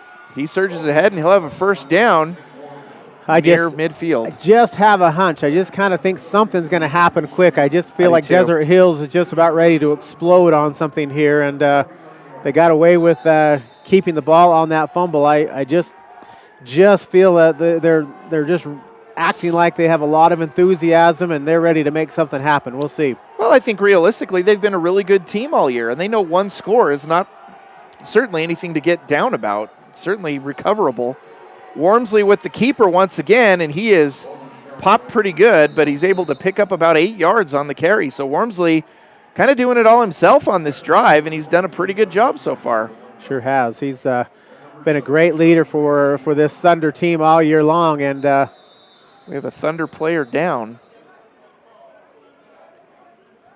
And I think that is Wormsley. Yeah, I think he was. Oh my! Well, he was gang tackled on that, and people taking a look to see what's going on here. And we'll take maybe a quick break as well. Again, with our score 7-0 here on DeseretNews.com. We love purchase business in our office. This is in our branch. This is what we strive to do. Is we want to be number one in purchases, and we recognize that realtors, builders, affinity partners, they play a large role and a key role in making us successful. So we try to do everything we can to be able to deliver on our promises, to create events or opportunities to be able to just stay in front of them and to get to know them and just be a part of their business. We treat it as a true partnership.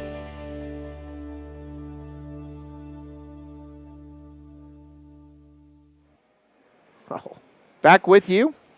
Just 2:01 into this third quarter, and things have changed quite a bit as Nick Wormsley, the quarterback of Desert Hills, laying on the ground. We kind of said he had ran the ball about 8 yards, and at the end of that run, he got hit pretty hard, and we saw Coach Frankie really upset. I'm not sure if he was more upset that his players hurt. Now you see him talking to an official, so I'm wondering if he thought maybe there was a helmet-to-helmet contact, and I just saw him pointing at a Hurricane player too. Yeah, he's jawing at one of the Hurricane players, so that was very interesting. I think he thought maybe there was a dirty hit. That's hard from 5 or 6 stories up like we are to be able to assess it, but it's kind of the impression that was given. So the new quarterback now. Number 19, or is it number 1? Braxton Porter, I believe. Porter, a sophomore. So here we go, Travis. 2 sophomores, the biggest stage of their life. Low snap, back to pass. Porter looks to his left, throws it behind him and off of the hands. You're feeling it right there, aren't you? I mean, on a 2nd and 2, my heavens, go get the first down. Yeah. I mean, but Cowden's again, run at will in a lot of these circumstances. So, and that was right off of the hands of Noah Elison. Normally, something Noah would haul in, but kind of maybe a freebie. The 2nd and 2, and feel like maybe you had a shot at it. 3rd and 2 now, and just trying to see a little bit of the body language on that Desert Hills sideline, and it's a little bit deflated. Yeah.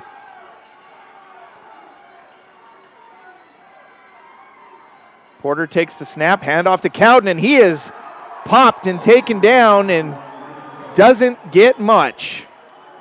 You see Iramia jumping up, kind of Yeah, pumped up. Safita, Yardley, Iramia, big shocker right there. Who might make a big play there for the Tigers. So a big 4th down here. Set a pickup of 1. We'll see if. And it looks like their offense is staying on the field. So let's see what this sophomore quarterback can do here. Or if they just simply try to get it with Cowden. I would think that would be. I think we're going to see a lot of running plays to Cowden for the rest. Cowden and the delay Sewell. of game. They took too long, and that's the difference when you bring a quarterback in who, I don't know if that was going to try to be designed to draw him off. They might have. They might have just wanted to draw him off, and they might have just wanted to punt anyway. No, they got a timeout, it looks like. Well, then we'll take away our flag. So, yeah, initially I thought there were flags, but then I think the ref came in and signaled that Desert Hills took a timeout. So, well, let's keep it here, Travis. I think we've got a couple of pretty big scenarios here under the circumstances, and again, both teams, if this is the case, and again, we haven't obviously seen a lot of JV games for either one of these schools. You've seen more than I, but Braxton Porter, as far as I know, has not played other than maybe in blowout situations this entire season for Desert Hills. Sure. Referees chatting it up with the Hurricane coaching staff, and this is one of those situations that the Hurricane head coach has been in the press box all season long, and well, it's not something you can just go jump on the field. He's 7 stories away from being able to make a difference on that field. I know he's got headsets, then he's got his assistant coaches talking there, but I think they probably thought the delay happened before the timeout. That's my guess as to what they're probably arguing. So now the officials and maybe that's what they're still chatting more about here. So Desert Hills offense did come back on the field, though. If I'm Desert Hills, I'm going to be throwing me some Cowden left, right, all game long here. He's been a good, solid player for them for 3 years now, and it's time that he makes a difference in a potential championship game. But you saw on 3rd down how they keyed on him, and now they do it again, and the Tigers defense steps up big. Safita Yardley. Charlie Safita, a man that, a young man whose name we've called a lot this year, and steps up big there defensively. So also give Josh and Tafiti a little bit of love on that as well. And again, they know where it's coming right now. They know that they're going to have to go to Cowden, and And this isn't the first time this Hurricane defense has stepped up big on 4th downs. So not only do they get the stop, they get the switch in momentum, and also for Hurricane, some of the best field position they've had in quite a while. Yeah, since like last week. Well, they did score a 2-yard touchdown. Right. Being sarcastic. And a handoff and a busted play as Drake Hermanson hit in the backfield, and he's going to lose about 4 yards. Hunter Staley did a nice job from his linebacker spot to read that and to make a very, very good decision and a great play. So you got to kind of ask yourself here, are we looking at what's starting to feel like a defensive war? I mean, it's certainly shaping up that way, isn't it? Well, it's all it has been. I mean, I know our stats that we attempted to read to you were incomplete, but there wasn't a whole lot more to offer either. There hasn't been a lot of offensive stats. Parker back to pass, heaves it up there, trying to adjust, and there's a flag for pass interference. Now I'm just watching Parker. Parker got hit. He got blown up there. It was a great, great hit there. And as soon as he let go, he got hit right in the chest. I believe, and again, kind of hard to see some of these numbers, but I think it was Jake Gould, I believe, who might have gotten him. Yeah, you could tell it hurt him a little bit, but he did jump up and kind of run it off a little bit. But he's also, he's not looking real spry.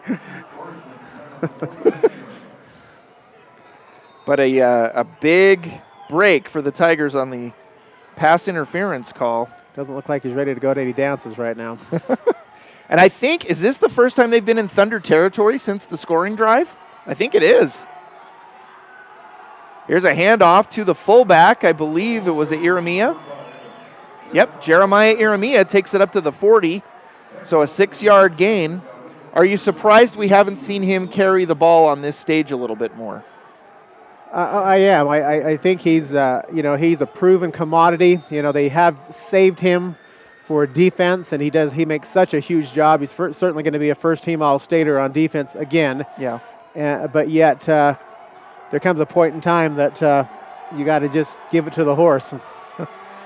And they do so again, and he squeezes up the middle, and depending on the spot, I think he's going to be about a half a yard shy. But what a nice luxury to be able to have that as well.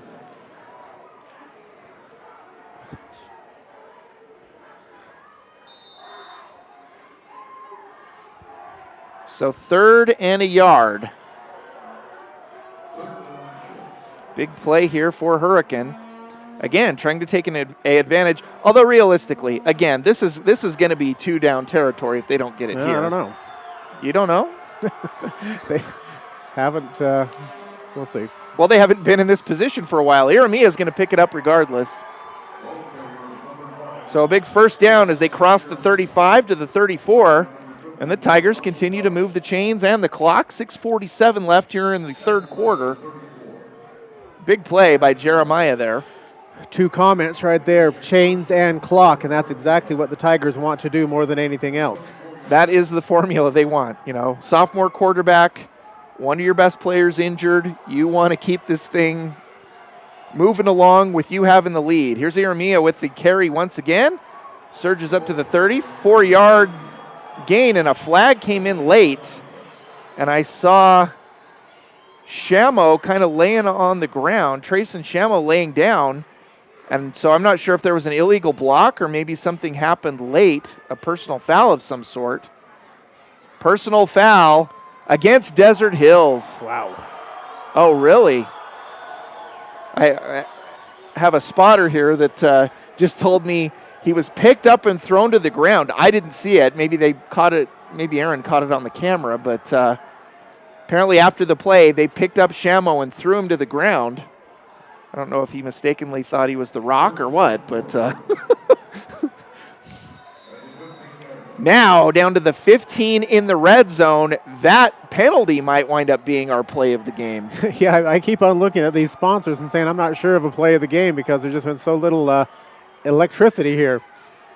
Handoff, it's Shamo trying to get to the outside and a great defensive play. Boy, that was a nice 32. Nice, a really nice tackle that time by Zach Fuchs. Excuse me. Good open field tackle there by the junior. So no gain on first down. Tigers running the play clock a little long here. They're definitely taking advantage of it. 7 seconds to go as they hit the line of scrimmage. Parker, and they run a little counter, and it's going to lose a couple of yards.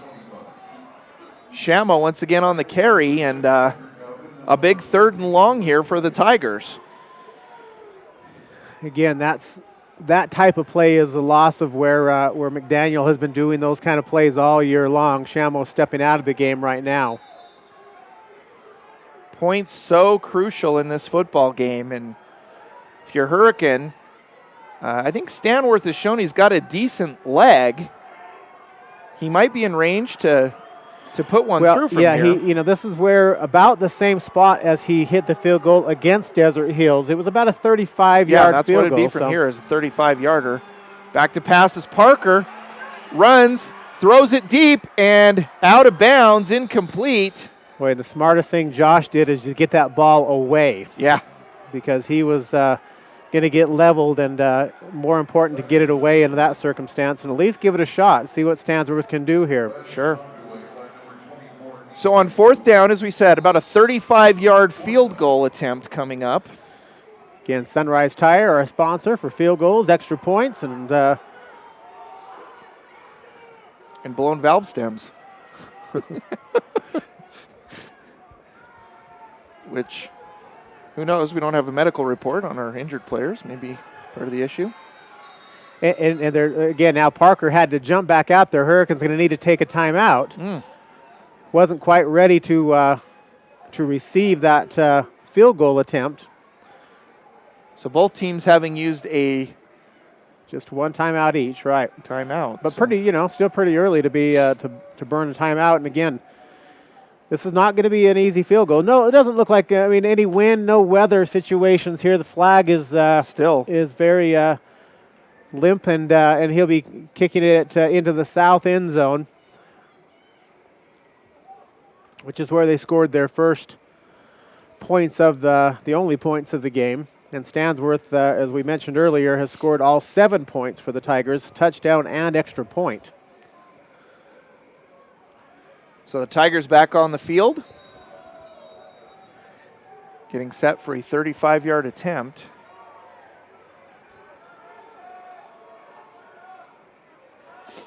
And last week when I watched the Tigers, very close to having a lot of extra points and field goals nearly blocked on this near side of the screen. Let's watch closely to see if they're able to go after him. Placement is good. The kick is up. It's got the distance. And it is good. So it is a 10-point lead on the Sunrise Tire field goal from 35 yards out. We've got a 10-0 lead for Hurricane here in the third quarter. For you, bronze package. Triple the price, doubles the contract. You want a big muscle? You want a big muscle? I make your little muscle into big muscle. Say no to gym intimidation. Say yes to Planet Fitness. We're not a gym, we're Planet Fitness. Your locally owned and operated Planet Fitness is a proud sponsor of our amazing high school athletic programs.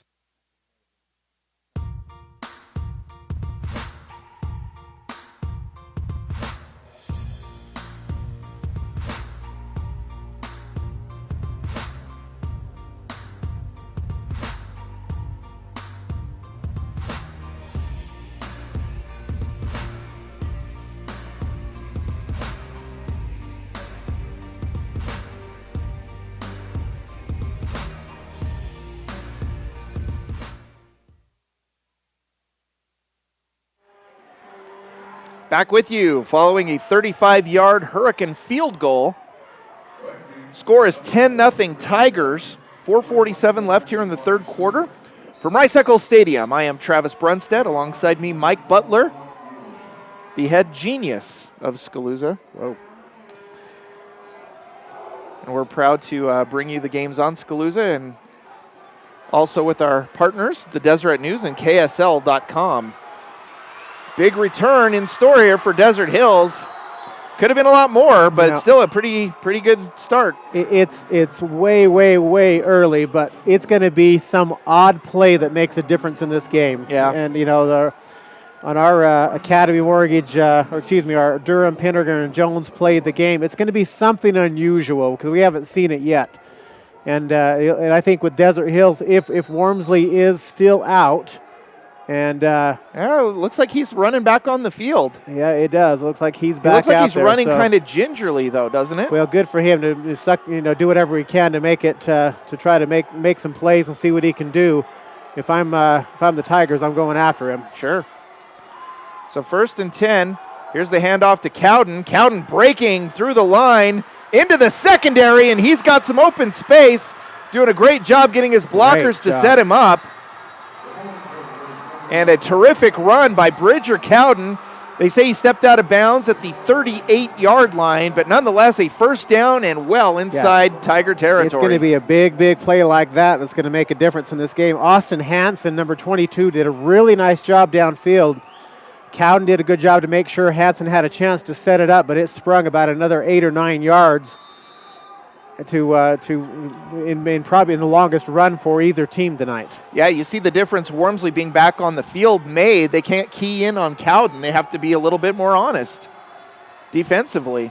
Low snap, Wormsley back to pass, throws it deep, has a man, and touchdown Thunder!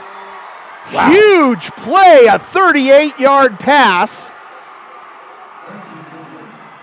from Wormsley to Mason Palmer, who scores the touchdown, and he made a heck of a catch in the end zone.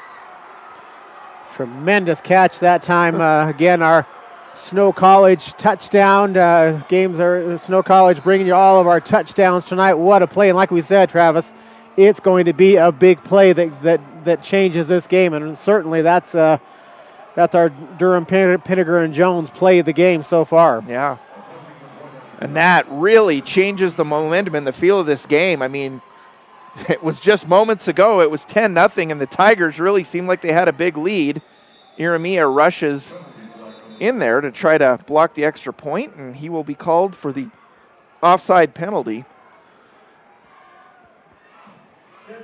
Boy, they're glad to have Wormsley back, and as we've mentioned, his long balls seem to be just a little bit better than his short passes tonight, and he was right on the money that time to Palmer. And yeah. Palmer had a chance earlier in the game for a touchdown pass and wasn't able to convert it, and so he's very happy to be able to make do on this game, on this particular possession. Wormsley a little bit long in his throws in the first half, and now a flag on Desert Hills.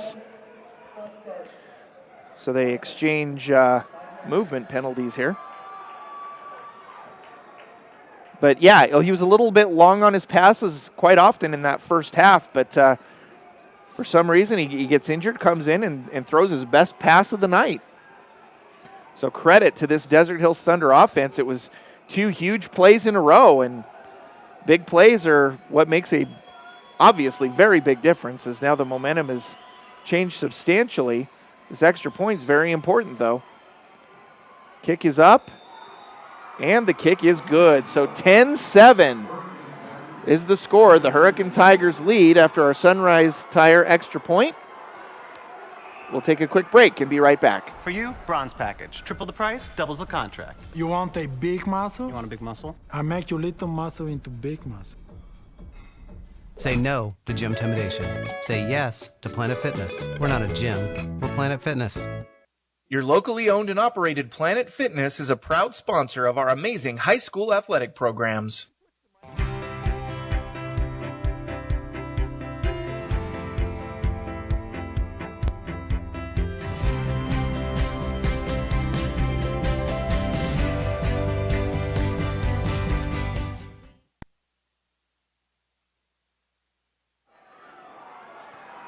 $10-7 is our score here at Rice-Eccles Stadium. The Hurricane Tigers with a 3-point lead, but a substantial change in the story here in the last couple of minutes. A field goal for Hurricane and a touchdown for Desert Hills has altered the feel of this game, as it's been a defensive struggle. Kick return taken out to the 24-yard line. So the Tigers will start 1st and 10 from their own 24 with 4:10 left here in the third quarter. On a chilly night here at Rice-Eccles Stadium. Notice number 10 was the carrier. Oh, McDaniel with the return. I did not notice that. So our cameraman pointing that out to us. Of course, he's got the... Glad he's watching the game. Well, he's zoomed in. So in fairness, he's got a better angle than we do. Pass out of bounds by Parker. You know, and we'll see. I'll kind of pay attention. Here comes McDaniel back into the game. Parker has been has had a lot of pressure on him here in that pass. I think he could have maybe waited another half second to throw that ball. I think maybe he's a little gun shy. He wants to get that ball off as quickly as he can too. Yeah, he's had some pressure throughout the game, so that pressure certainly changes his feel. McDaniel goes in motion and is now stationary. Here's the handoff. It's Jake Carr over the right-hand side. Gets up to the 31. Picks up a couple of yards. So 3rd and 8 for Hurricane. And a big opportunity for this Thunder defense to make a big stop and keep momentum on their side as well.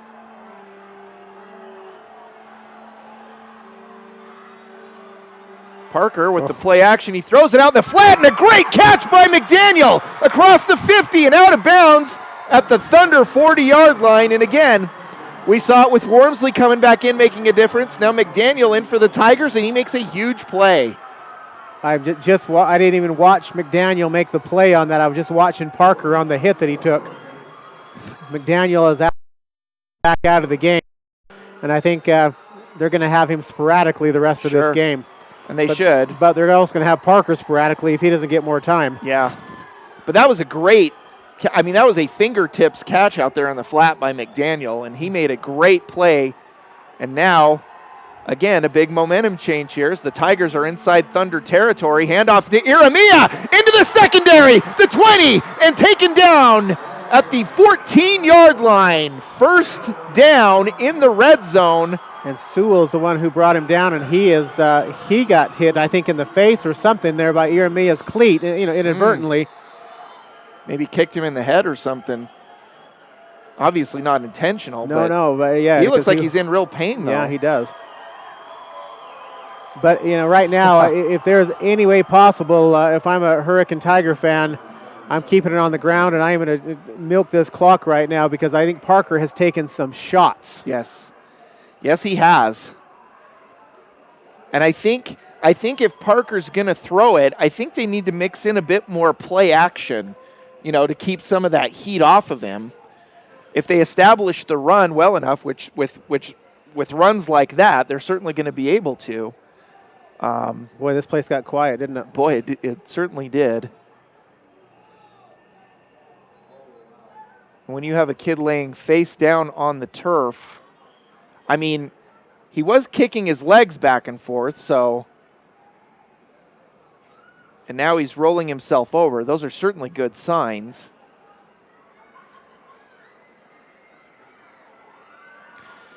Well, let's take maybe a quick break. We'll maybe get a little bit of an update here again. You can see our score 10-7, 3:13 left in the third quarter here on the Deseret News and KSL.com.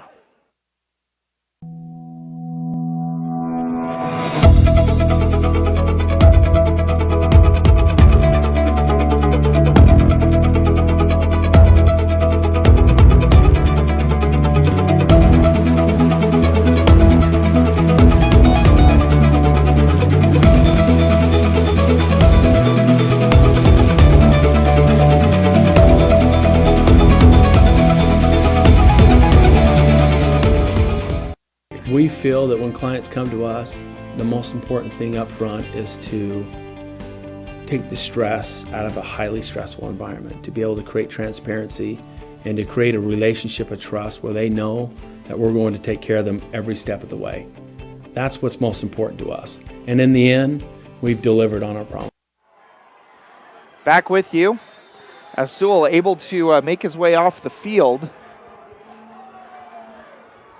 And now the Tigers with a first down at the Thunder 14. It's Iramia once again with the carry. His forward progress stopped at the 11, so he picks up about 3 on that carry. We shortchanged Matt Hickman and Academy Mortgage. We'll keep give him a little drop-down action right there.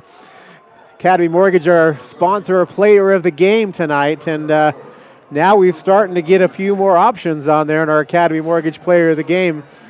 And we'll see if it transpires here in this drive. See if Iramia can continue to make some of his magic happen with second down and 7. Now Hurricane takes a timeout. Again, let's keep it here, Travis. I think we've got a couple of pretty good opportunities to see. I'm just trying to look on the sideline there to see where Sewell is and see if he's still getting some attention or if he's back in the game. Looks like he's still over on the sideline there, isn't he? I am having trouble seeing him. He's got a black jersey, gold pants. Oh, gold numbers. Yeah. Okay. Yeah, and he's a big part of this Thunder team. It's interesting. All the players that we've said have been down and injured, and these are big game-changing type players. These aren't your, not that it's good when anybody gets injured, but it's always a little bit more damaging to the team when you have the big-time contributors going down. So 2nd and 7 for Hurricane. 2:29 left here in the third. Shamo goes in motion, handoff to Iramia, and he'll get down to the 9. Picks up a couple more, so it'll be 3rd and 5. What do you do here? What's your play call here, Mike? I think you mentioned it. I think a play action pass and a quick little pass out to the flat, something quick. Try to get somebody out in one-on-one coverage. I'm looking for McDaniel to see if he's back in the game or not. And now a timeout by Desert Hills. So wow. Maybe we should give Matt Hickman a little little rub here. So 2:03 left. We feel that when clients come to us, the most important thing up front is to take the stress out of a highly stressful environment, to be able to create transparency and to create a relationship of trust where they know that we're going to take care of them every step of the way. That's what's most important to us. And in the end, we've delivered on our promises.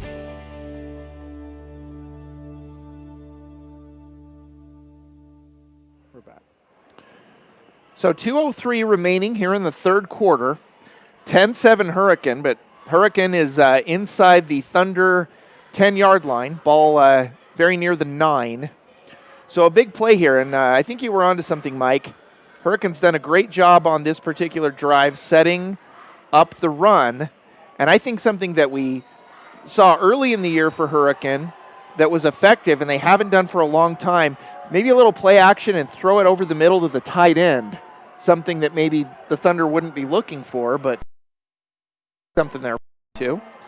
We'll have to see what they decide to go with here. So big 3rd and 5. Shamo goes in motion. And a flag. Not plenty of time still. They're saying a Thunder player was lined up in the neutral zone. Wow. If that is the case indeed, wow. That gives potentially a 1st and goal if that's the case. Well, obviously they made the call, so.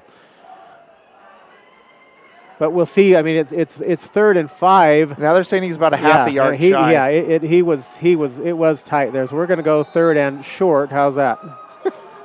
That works. So a big play, but I think certainly your play call can change quite a bit here. Handoff, it's Iramia, and he's going to get the first down.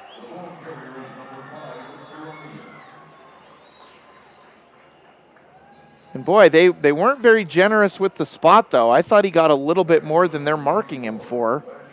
Well, it's not now much, they're signaling first down, though. But it was barely enough for a first down. So 1st and goal, Tigers. Whew. You can see $1:57 left in this third quarter of play. We still have another quarter, Travis. My heavens, this game has already lasted 2 hours, and Aaron is trying to get home.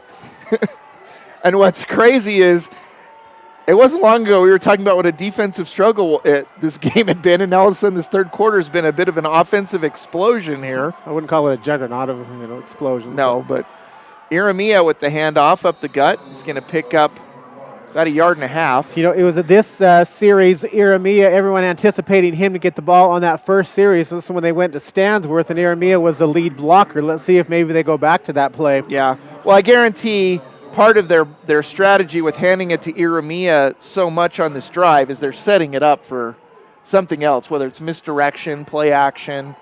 So at some point, I would think they're going to mix it up a little bit, and maybe Iramia will be a decoy. Well, he's a lone back now. Yeah, he is. Shamo in motion, handoff to Iramia. Plows ahead behind his guys again, maybe got 0.5 yard. So it's going to be 3rd and goal from about the 2 still. And you still don't want to be 2 yards away. You don't want to have to decide whether to go for it on 4th and goal. You want to score on this play. Yeah.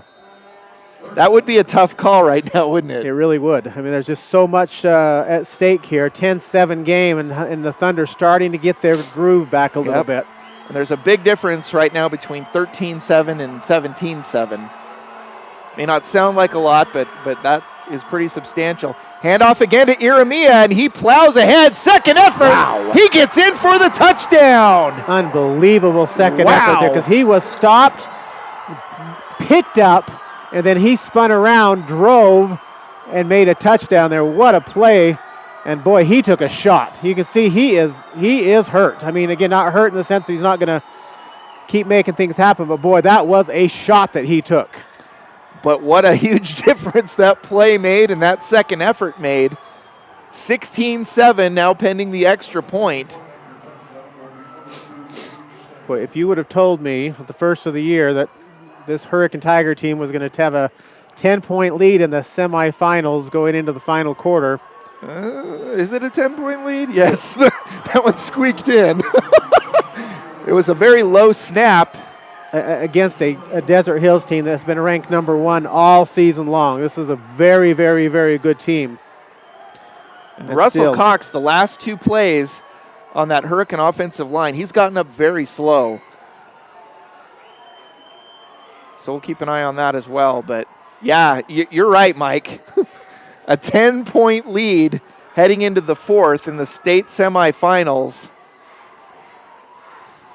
I think a lot of people at the beginning of the year would have been 0% shocked if you would have said Desert Hills and Pineview in the championship game. But things could be taking an interesting turn. They obviously did last night, but things are shaping up very interestingly for both the Thunder and the Tigers here tonight. A lot of time left, though, isn't there? Yeah, there certainly is. But you do have to be impressed. 2 teams that have had some younger players have to step up tonight, and they have answered in both cases when there were significant momentum swings, and it seemed like the chips were down for them. So give them credit on both sides. Kickoff tonight sponsored by Planet Fitness. Locations throughout the state of Utah. Oh, boy, a costly mistake there. You got to let that ball sail out of bounds, don't you? Zach Fuchs, who's made a couple of great plays earlier, throughout the game. Ball right next to the sideline, and he chose to attempt to catch it, and then it drops and it goes out of bounds. So that's a 20-yard difference on that particular play. Yeah, huge difference. So important to be aware of your placement on the field. So we'll see if that proves to be more costly, or if the Thunder can bounce back offensively with a solid drive here. Their last one was certainly brilliant with a couple of huge plays. And now it's Cowden breaking through the line. Picks up about 5 as he gets up to the 25. So just 10 seconds left. We'll see if they're able to squeeze another play out. They do run that hurry-up offense, and it doesn't look like they will. So that'll be the last play of the 3rd. We'll head to the 4th quarter. 17-7 Tigers here on Deseret News. Our game today is sponsored by Dr. Robert Prince. Dr. Prince is the orthodontist that gives your high school something to really smile about. His office is located at 754 South Main Street in St. George. Call Dr. Prince for a free consultation and find out how easy and affordable it is to straighten your smile.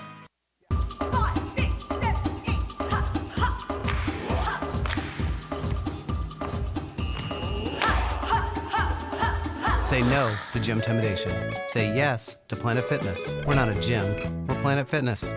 Your locally owned and operated Planet Fitness is a proud sponsor of our amazing high school athletic programs. Back with you as we head to the 4th quarter of action. 17-7, the Hurricane Tigers with a surprising 10-point lead as we try to finish it out on a dramatic note. It was a dramatic 3rd quarter, and we'll see if that does indeed continue. I have seen Sewell back out in the game, so yes. I'm glad to see him back out there making plays. Certainly good to see some tough kids playing their hearts out and making some big plays. Speaking of big plays, big Tyson play by the Yardley. smallest guy out there. Holy tamale. So it was 2nd and 5, and now it's 3rd and 9 after a 4-yard loss on the little screen pass. I think he took a little shot in the arm there or something. It looks like he's kind of holding his wrist or his elbow there. Could have just hit his funny bone and could be numbed up a little bit. Yeah, that hurts a lot more when it's cold. He's going to take a play off as well and allow Justin Tafili to take his spot. So a big 3rd and 9 here. Wormsley back to pass. He looks, he's hit as he throws, and it's going to fall well short of his intended receiver. It looked like he was trying to find Mason Palmer once again, but that hit as he threw it made all the difference, didn't it? Yeah, it sure did. And That's going to, a quick 3 and out Yeah, for Desert Hills. not what they wanted after that big touchdown drive by the Tigers. And just watching Wormsley as he got hit a little bit, it looked like he was okay. It didn't look like there was any issues at all. He got the ball off fine, but it definitely came up a little short. So punting from about the 10-yard line, nearly blocked. Not a lot of distance. It bounces at the 50 and bounces the wrong way for Desert Hills, and they let it take a couple extra yards. So the Tigers will start at the Desert Hills 45, and now it looks like Fuchs is laying on the ground. You know, it's just cold outside. It's cold enough that, hits They hurt more. They do. They really do. And the turf is a little tighter, a little bit harder, and it's just not. Again, there's no snow. We get all that. There's no wind tonight, but it's still. These are two teams that are hard-hitting, solid teams, and they are both laying it out on the line tonight. This has been an excellent game. Certainly, the games up here at Rice Eccles this weekend, the 3AA, have been the highlights, certainly, of both last night's Dixie Pineview game and this one, as far as competitiveness. Yeah, it's interesting. As cold as it is, and with a rain-snow mix expected tomorrow, you have to wonder in a weird way if the Utes aren't almost relieved they're playing at Stanford tomorrow. Yeah, I'm sure they are glad. Fuchs walking off on his own power. Good sign there. So the Tigers with great field position here and an opportunity to really make things difficult for the Thunder. 1st and 10. Josh Parker struggles with the exchange on the handoff and run back to the line of scrimmage pretty much for Shamo. Yeah, Shamo had some blockers, but great lateral pursuit that time by the Thunder defense as well. Yeah, they were able to break through those blockers and make a really solid play by 2 or 3 different players. So 2nd and 10. I'm a little surprised after that last drive they didn't establish things right off the bat with, although Carr is in instead of Iramia. And here's the handoff to Carr, and he's hit at the line. Nothing doing. He's going to lose about a yard. Well, you talked about a defensive battle, and this is really, really shaping up throughout this game as one that has been just so competitive. Both defensive teams so well prepared for the other. So let's see what this Tiger coaching staff has up their sleeve here on 3rd and 11. I mean, you could, if you get a decent gain, you could go for it in a couple, but I don't think they're going to be too aggressive. I think they'd be content somewhat in playing the field position game here if they had to. Parker back to pass, heaves it up. Boy, and he is taking some shots. He is just a really nice job by that middle linebacker. That boy, I can't see that number on there, but I'm a little surprised. No, that's Wormsley there. So these longer throws, you need more time in the pocket for the route to develop, and I'm almost surprised they're not running more slants, little quick hits, little screen passes.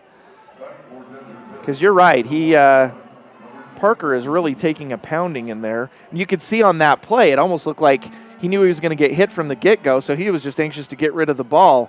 And a terrible punt off the side of the foot.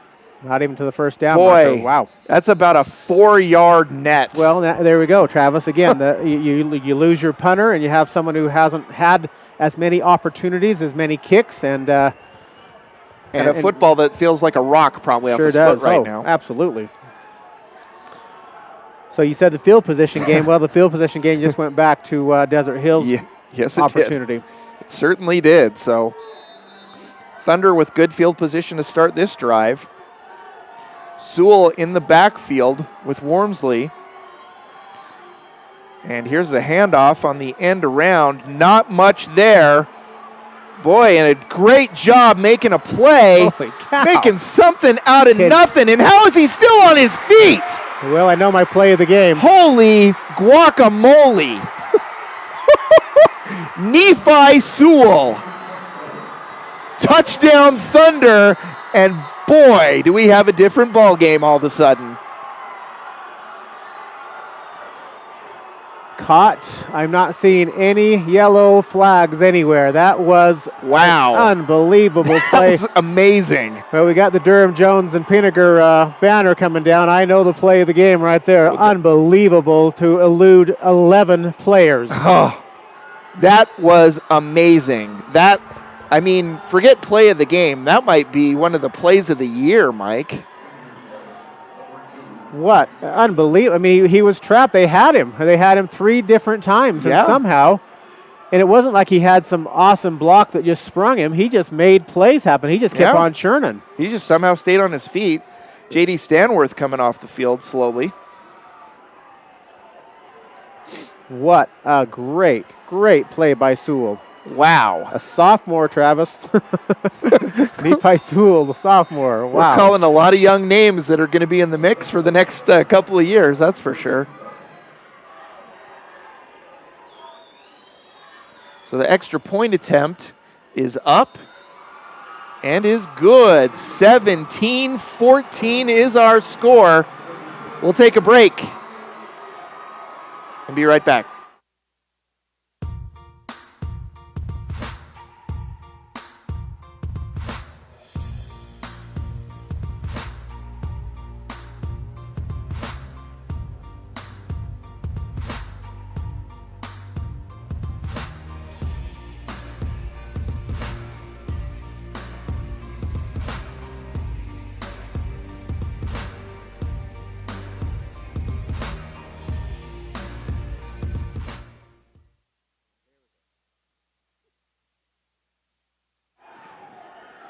Back with you after an amazing 59-yard touchdown run by Nephi Sewell.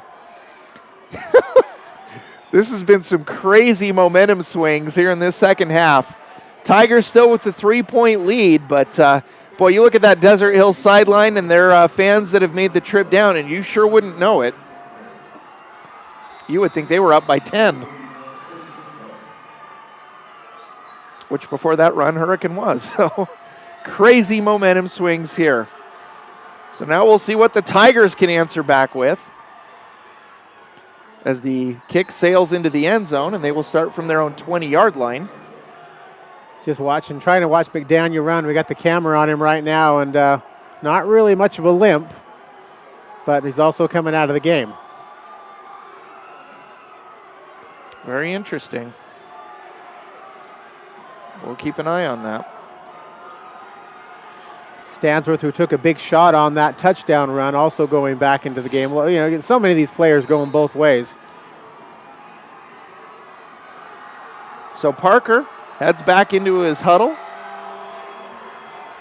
And boy, if you're the Tigers, the one thing you don't want to do here is a 3 and out. We at least want to get a couple of first downs and maybe quiet that crowd down a little bit, because they are rip-roaring into it right now. I heard Coach Pearson earlier this week talk about our goal is to get 3 1/3 yards on every play. Yeah. And if we get 3 1/3 yards, we're going to pick up a first down. And right now, that would definitely be a highlight of their goals right now. They picked up 2 on that one, so they got to make up a little bit. So just a little over 2 yards on that carry by Jake Carr. Carr came out. Iramia is back in. So 2nd and 8. Handoff to Hermanson. He's got some space on the edge.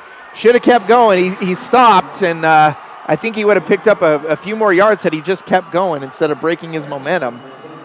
Yep, had a blocker and just needed to cut out to the outside, but to cut back in, but still picked up a couple, 3rd and 5.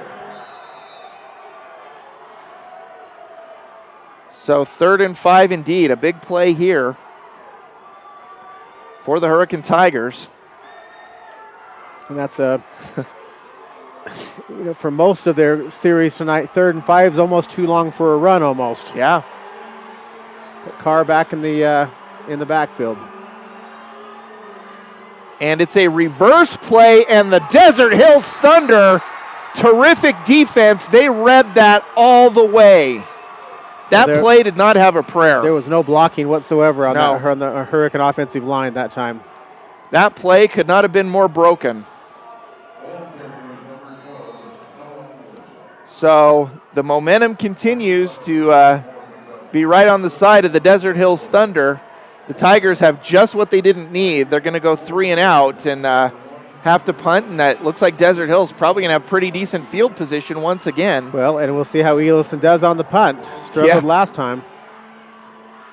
A lot better in this instance, and it takes another great bounce as it's going to be marked down at the 36. So still not bad field position, but that bounce really helped. So 7:10 left, still a 3-point Tiger lead. This series, again, I know it's plenty of time, obviously. 7:10 left. This series is going to decide this ball game. If Desert Hills can take off time off this clock, get points on the board, I think they're going to come back and win this game. If the Tigers can stop the Thunder, I think their opportunities to win increase incrementally. Yeah. The only thing I wonder, though, is that I think Desert Hill's certainly capable of scoring, but running time is not one of their fortes. So Gabriel Sewell taken down. A flag comes in. You got to wonder if there was a hold. That's usually right in that neighborhood. Holding is the call. Think about that touchdown by Nephi Sewell, and the one thing that was so impressive about it is just the lack of time that Desert Hills had to worry about the clock. It only, it was a couple of play drive, and so a 10-yard penalty for against the Thunder. So that's going to bring up a 1st and 20. Certainly, they've shown capability with big plays. They can easily pick this up, but certainly not the kind of hole you want to set yourself up in. And pass should have been intercepted. Wow, that was close. Boy, Shamo had a beat on it. He did that last week and was able to take a pick 6 back against Juan Diego. Very close. That's why you kind of heard me catch myself, because I was pretty sure he had that. Yeah, from our angle, it looked like he had a beat on it, and he just wasn't able to pull it in. Yeah. So 2nd and 20 for the Thunder. We talk about momentum. That would have been it. Yeah, that certainly would have been it. Wormsley, and he is dragged down for a huge sack. Matt Olson did a nice job with a one arm. It looked like Merlin Olson out there instead out there. Rest in peace, Merlin. But boy, that one arm grab, able to hold on to him and throw him down. Wow. So now it's 3rd down and 25.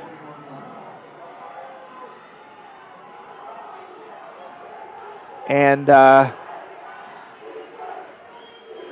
to be nervous about the big plays here if you're Hurricane. But the odds certainly would seem in their favor. Play action, and it's a screen pass, and very close. Cole Richens was right there and very nearly had an opportunity to get his own pick 6. Boy, when this Tiger team, this defense has not been flustered at all after a momentum back-breaking play to get that 55-yard touchdown. This Tiger defense has come back, doesn't look like they were bothered at all by it. So, Mike, you said at the beginning of that drive that was going to dictate the outcome of this game. Do you still feel that way? Yeah, I mean, it took about a minute and 40 off the clock. Ooh, and that's very why nearly blocked. It was partially blocked. Was it? Yeah. Nice bounce, though, for the Thunder. Tremendous bounce for the Thunder. So the Tigers will start from their own 40. I could not tell. I'm trying to see if that was Logan Meekum, I believe, or if Caden Thornley, who maybe got a piece of that. If nothing else, the kicker was not able to get his foot fully extended. No, but he got a heck of a bounce there. So here comes Josh Parker. So we'll see. Again, big drive of their right own now it's a time. The clock is crucial here. The Hurricane needs to take 2 minutes off minimum off of this clock. Yeah, I agree. So 1st and 10. Here's a pitch, left-hand side, a little bit of space. It's Stanworth. He's going to get out to the 50. He's going to pick up a 1st down. And stays in bounds, or do they call him out?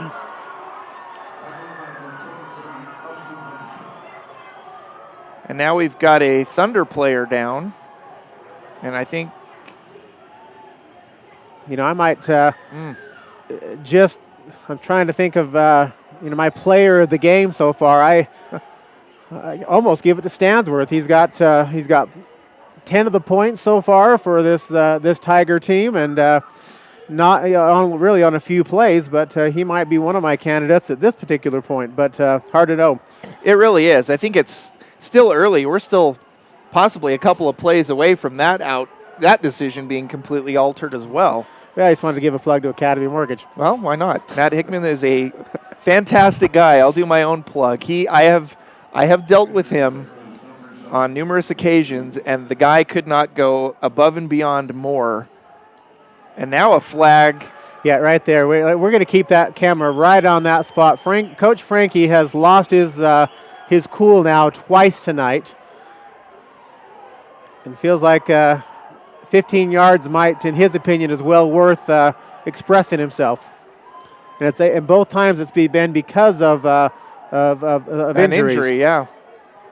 So, I'm not exactly sure what his mindset is, because I'm sure he has his reasons. I haven't seen anything that was particularly dirty out there going on. And they could just be, frustrated with the officials in terms of maybe late whistles, or who knows. So we haven't seen what they haven't signaled anything in terms of the flag. Maybe they're just waiting until the injury issue is resolved. Yeah, no reason to get it set off there. So 5:44 left, and still 17-14. Let's take one more break here. Get another plug in for some of our good sponsors tonight here on DeseretNews.com, Our KSL.com. game today is sponsored by Dr. Robert Prince. Dr. Prince is the orthodontist that gives your high school something to really smile about. His office is located at 754 South Main Street in St. George. Call Dr. Prince for a free consultation and find out how easy and affordable it is to straighten your smile. For you, bronze package. Triple the price, doubles the contract. You want a big muscle? You want a big muscle? I make your little muscle into big muscle. Say no to gym intimidation. Say yes to Planet Fitness. We're not a gym, we're Planet Fitness.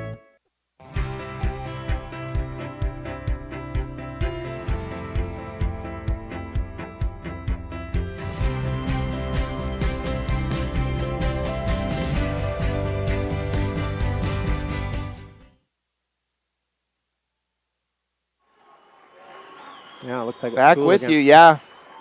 It's Gabriel Sewell who rises to his feet. He was down for quite a while there.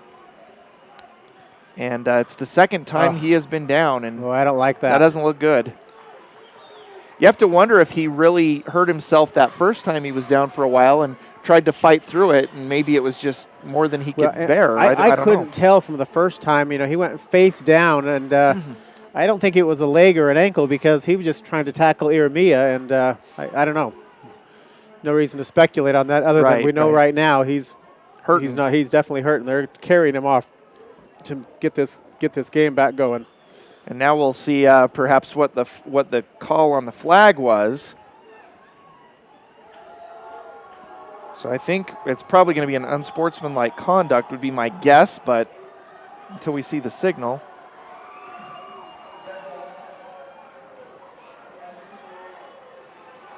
So they do call an unsportsmanlike conduct, and that's going to move the ball all the way down to the Thunder 32-yard line. So Coach Frankie, unfortunately, getting himself in a situation where he's hurt his team. Now the Tigers will try to run some clock and put some more points on the board. Hand off to Iramia up the middle, and they keyed on him there. Boy, they are coming, aren't they? They know. And this is when maybe one of these quick slants into a receiver is going to maybe pop something open here, because they know that Hurricane just wants to take a ton of time off the clock. Sure.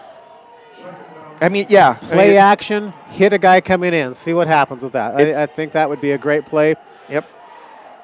It's no mystery where typically the Tigers' bread is buttered. So and Elison made a great play early in the game. Iramia again, and again, not much. So 2 plays, and they've got themselves about a yard.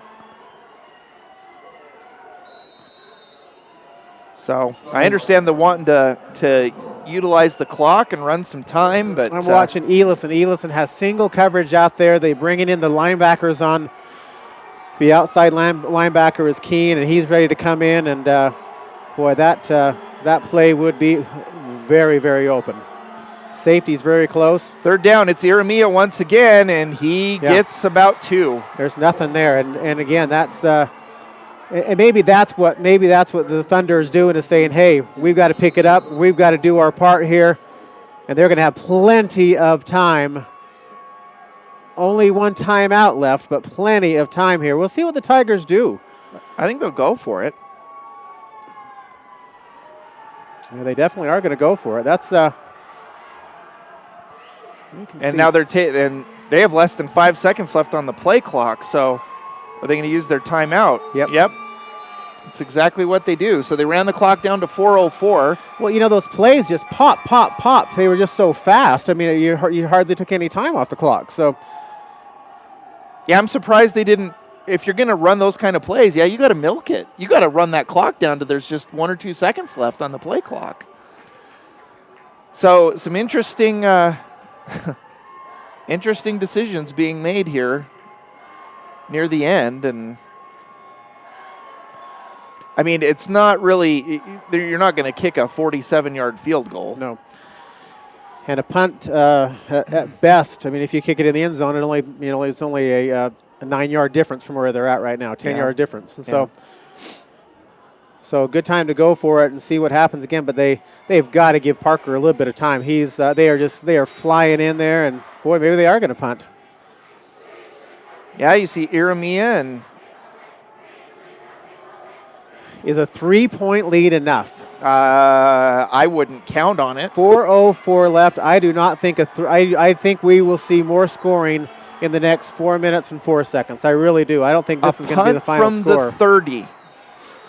So maybe wow. Again, well, they're again certainly playing the field position game and trying to pooch it inside the 10. Let's see where he's at here. It looks like a Nephi Sewell, who made the remarkable play earlier for the Thunder, is back to receive this kick, and there's a fake. Yep, he's going for it, trying to get around the left side. He's not going to get it. Jeez. A flag comes in on the end. In the Desert Hills side. I mean, from the side judge. And the Thunder players are indicating it's against Hurricane. Yeah, it's a hold. Huh. So they will decline that. Boy, I'm not sure about that. Man, oh man, can you feel? You're starting to see that Thunder crowd over there. Maybe we can get a shot of that Thunder crowd. You can just start to feel. They feel like they've got a pretty good chance with 3:58 left, one timeout.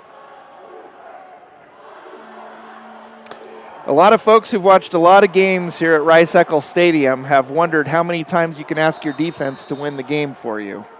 Yeah, excellent point. This would be another one of those indications. The Tigers' defense has shown that they can do it thus far, but does there come a point where bend but don't breaks? And we've seen a couple of big plays, so under 4 minutes left. Here's a handoff, and the Tiger defense swarms Bridger Cowden.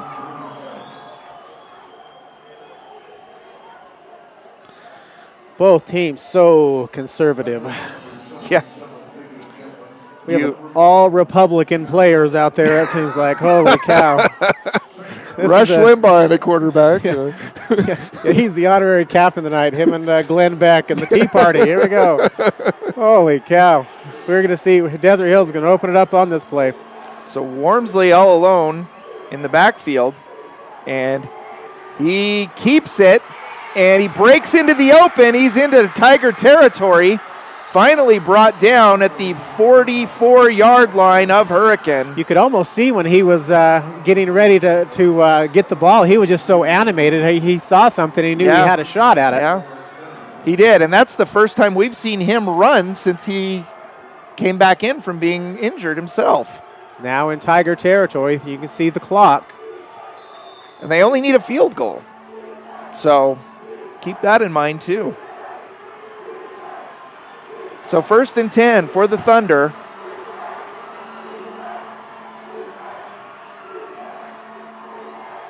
Out of the gun, it's Wormsley, and he hands it off. Gain of a couple.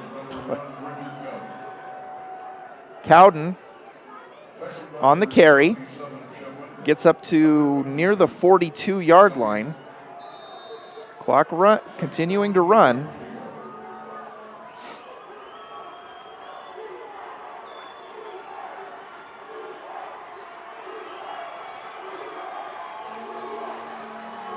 Wormsley using a lot of time here on this play.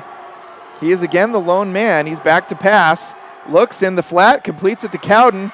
Cowden breaks one tackle and gets out of bounds, and that's a key, but he did not gain much, maybe 3 yards on that catch and run. So they actually mark him out at the 41, so it'll be 3rd and 7.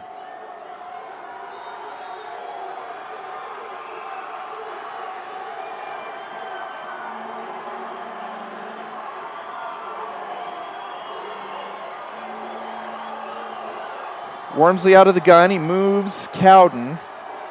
Now they take the snap. He looks, throws, and it is incomplete over the head of his intended receiver. And it is 4th and 7. Huge play here.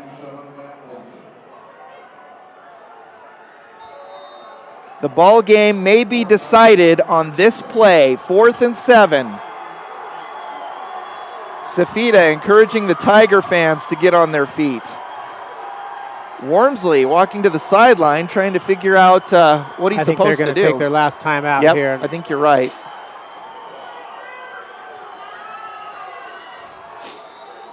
And they do, timeout. I think it's fair to say we are at our Durham Jones and Pinnaker play of the game here. So now, if you're Desert Hills and you have no timeouts, you have to be careful if you pick up the first down if you're in a position where you need to get your field goal team on as well. So keep that in mind also. Yeah, it just adds one more layer to things, doesn't it? It certainly does.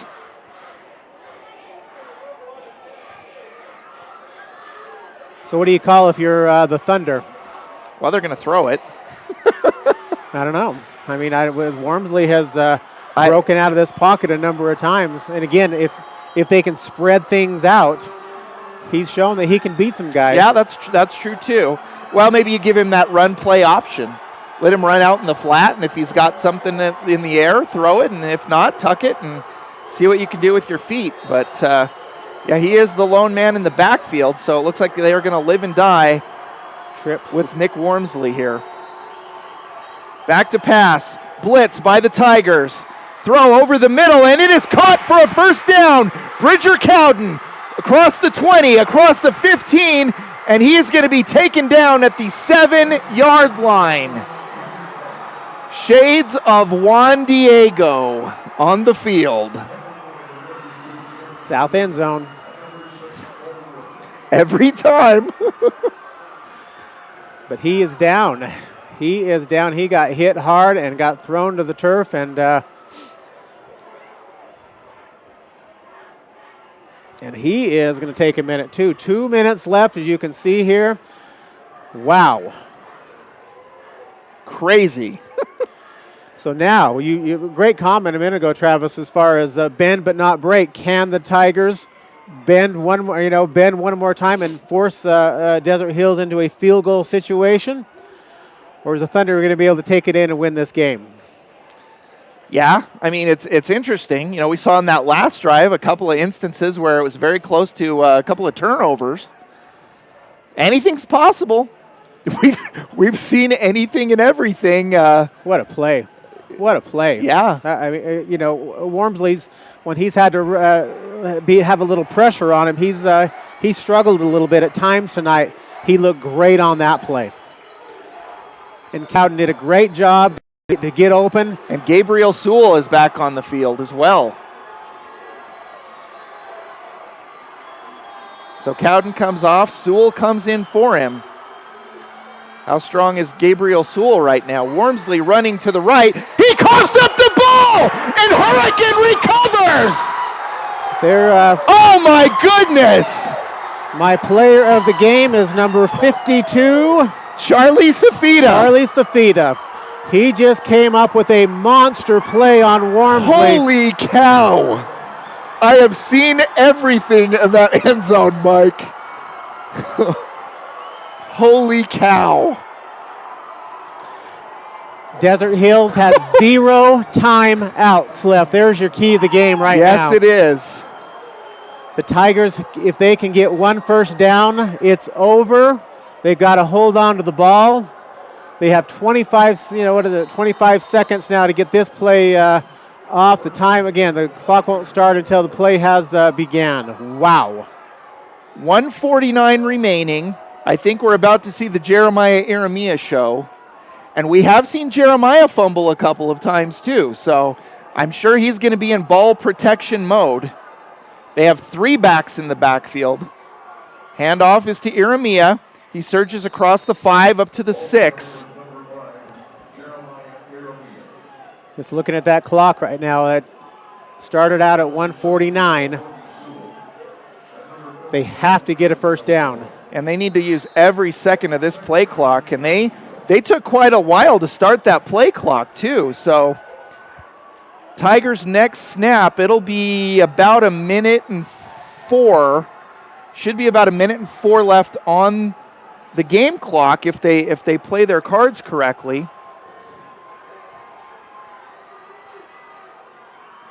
Handoff again to Iramia. He falls forward and picks up maybe another yard.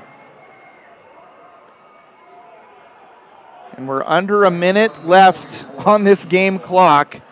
3rd and 8. I'm telling you, they've got to get a first down. I think you're right.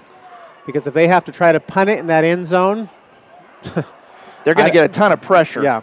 With again, Elison's done an admirable job under the circumstances, but he's not had a punt out of the end zone to secure this kind of pressure. And they barely got it on. The whistle blows. I thought they got, now they say it's a false start against Hurricane. Which stops the clock, Travis. 31 seconds left. That's huge. And it takes it back half the distance on that. But they get to run another play. I mean. Well, 3rd and 8, and now it's going to be 3rd and what? 10, 12, 11. I mean, if you run another play, they can't stop the clock. You run close to where you can run the play clock off on 4th down, snap the punt, he runs to the side of the end zone, throws it away, and you've run out the clock. You know what I'm saying? But they don't start the clock until, I don't know. I mean, but by the time the play's dead, there's going to be probably about 27, 26 seconds. Hit. Wow. And taken down at the 2. Boy, would you take a safety? Would you take a safety? They haven't started the clock. They're going to be able to run it out. Unbelievable, Travis. I am going to mark a little thing that says final here shortly. Unbelievable. They don't have to run another play. I think Josh Parker was kind of jumping up and down with what to do, but they don't have to run another play. The Hurricane Tigers will play the Dixie Flyers next Friday morning at 11 a.m. Would you have thought at the beginning of the year you would hear me say that, Mike? Not at any situation at any time. Unbelievable. Unbelievable. We will have a new 3AA state champion. It will stay in Washington County. It will be one of the 2012 state champion or the 2011 state champion. Unbelievable. It really is amazing. And it'll be an interesting rematch when Dixie and Hurricane played in the regular season. Ammon Takau, the regular starting quarterback for Dixie, was injured. He was out. So Jaden Harrison, the backup for Dixie, started. Hurricane won that game. So Dixie will have revenge on its mind. Going away. Yeah, they blew him out. So And Dixie is a lot better team now than they were then. I will tell you that. They're red Worlds hot. Better. And the most ironic thing about it, and you and I both know this, is that great quarterback for the Flyers, Ammon Takau, spent 80% of his life living in Hurricane. Yes, he did, didn't he? An interesting tidbit. And I got to ask you, Mike, and I'm not trying to beat up on anyone, but you have to ask the question, how does Coach Frankie feel right now, considering the penalty it didn't ultimately cost him points, I guess, so, but it could have made a difference in field position. Desert Hills had their shots. They had a shot to score first and goal, and unfortunately for the Thunder, popped it up. Great play by Charlie Safita, and really at that point in time, I don't think the penalty mattered too much, because Desert Hills had a shot to, Hurricane didn't capitalize on that possession. Certainly not, and boy, what a crazy up and down year for the Hurricane Tigers to get revenge. Last quick thought on my part, Travis. The last 3 state champions in 3A or 3AA came from the number 3 seed. Interesting. Hurricane's the number 3 seed. Very interesting. They are excited nonetheless, and we're going to be super excited to bring you that game next Friday at 11 a.m. You'll be able to see it on the Deseret News and KSL.com. Very excited to bring that to you. Happy for our partnership with them. Happy for to bring you the game, and thankful to all of our sponsors. Again, the final, Hurricane 17, Desert Hills 14. For Mike Butler, I'm Travis Brunstead. Have a terrific weekend, everyone.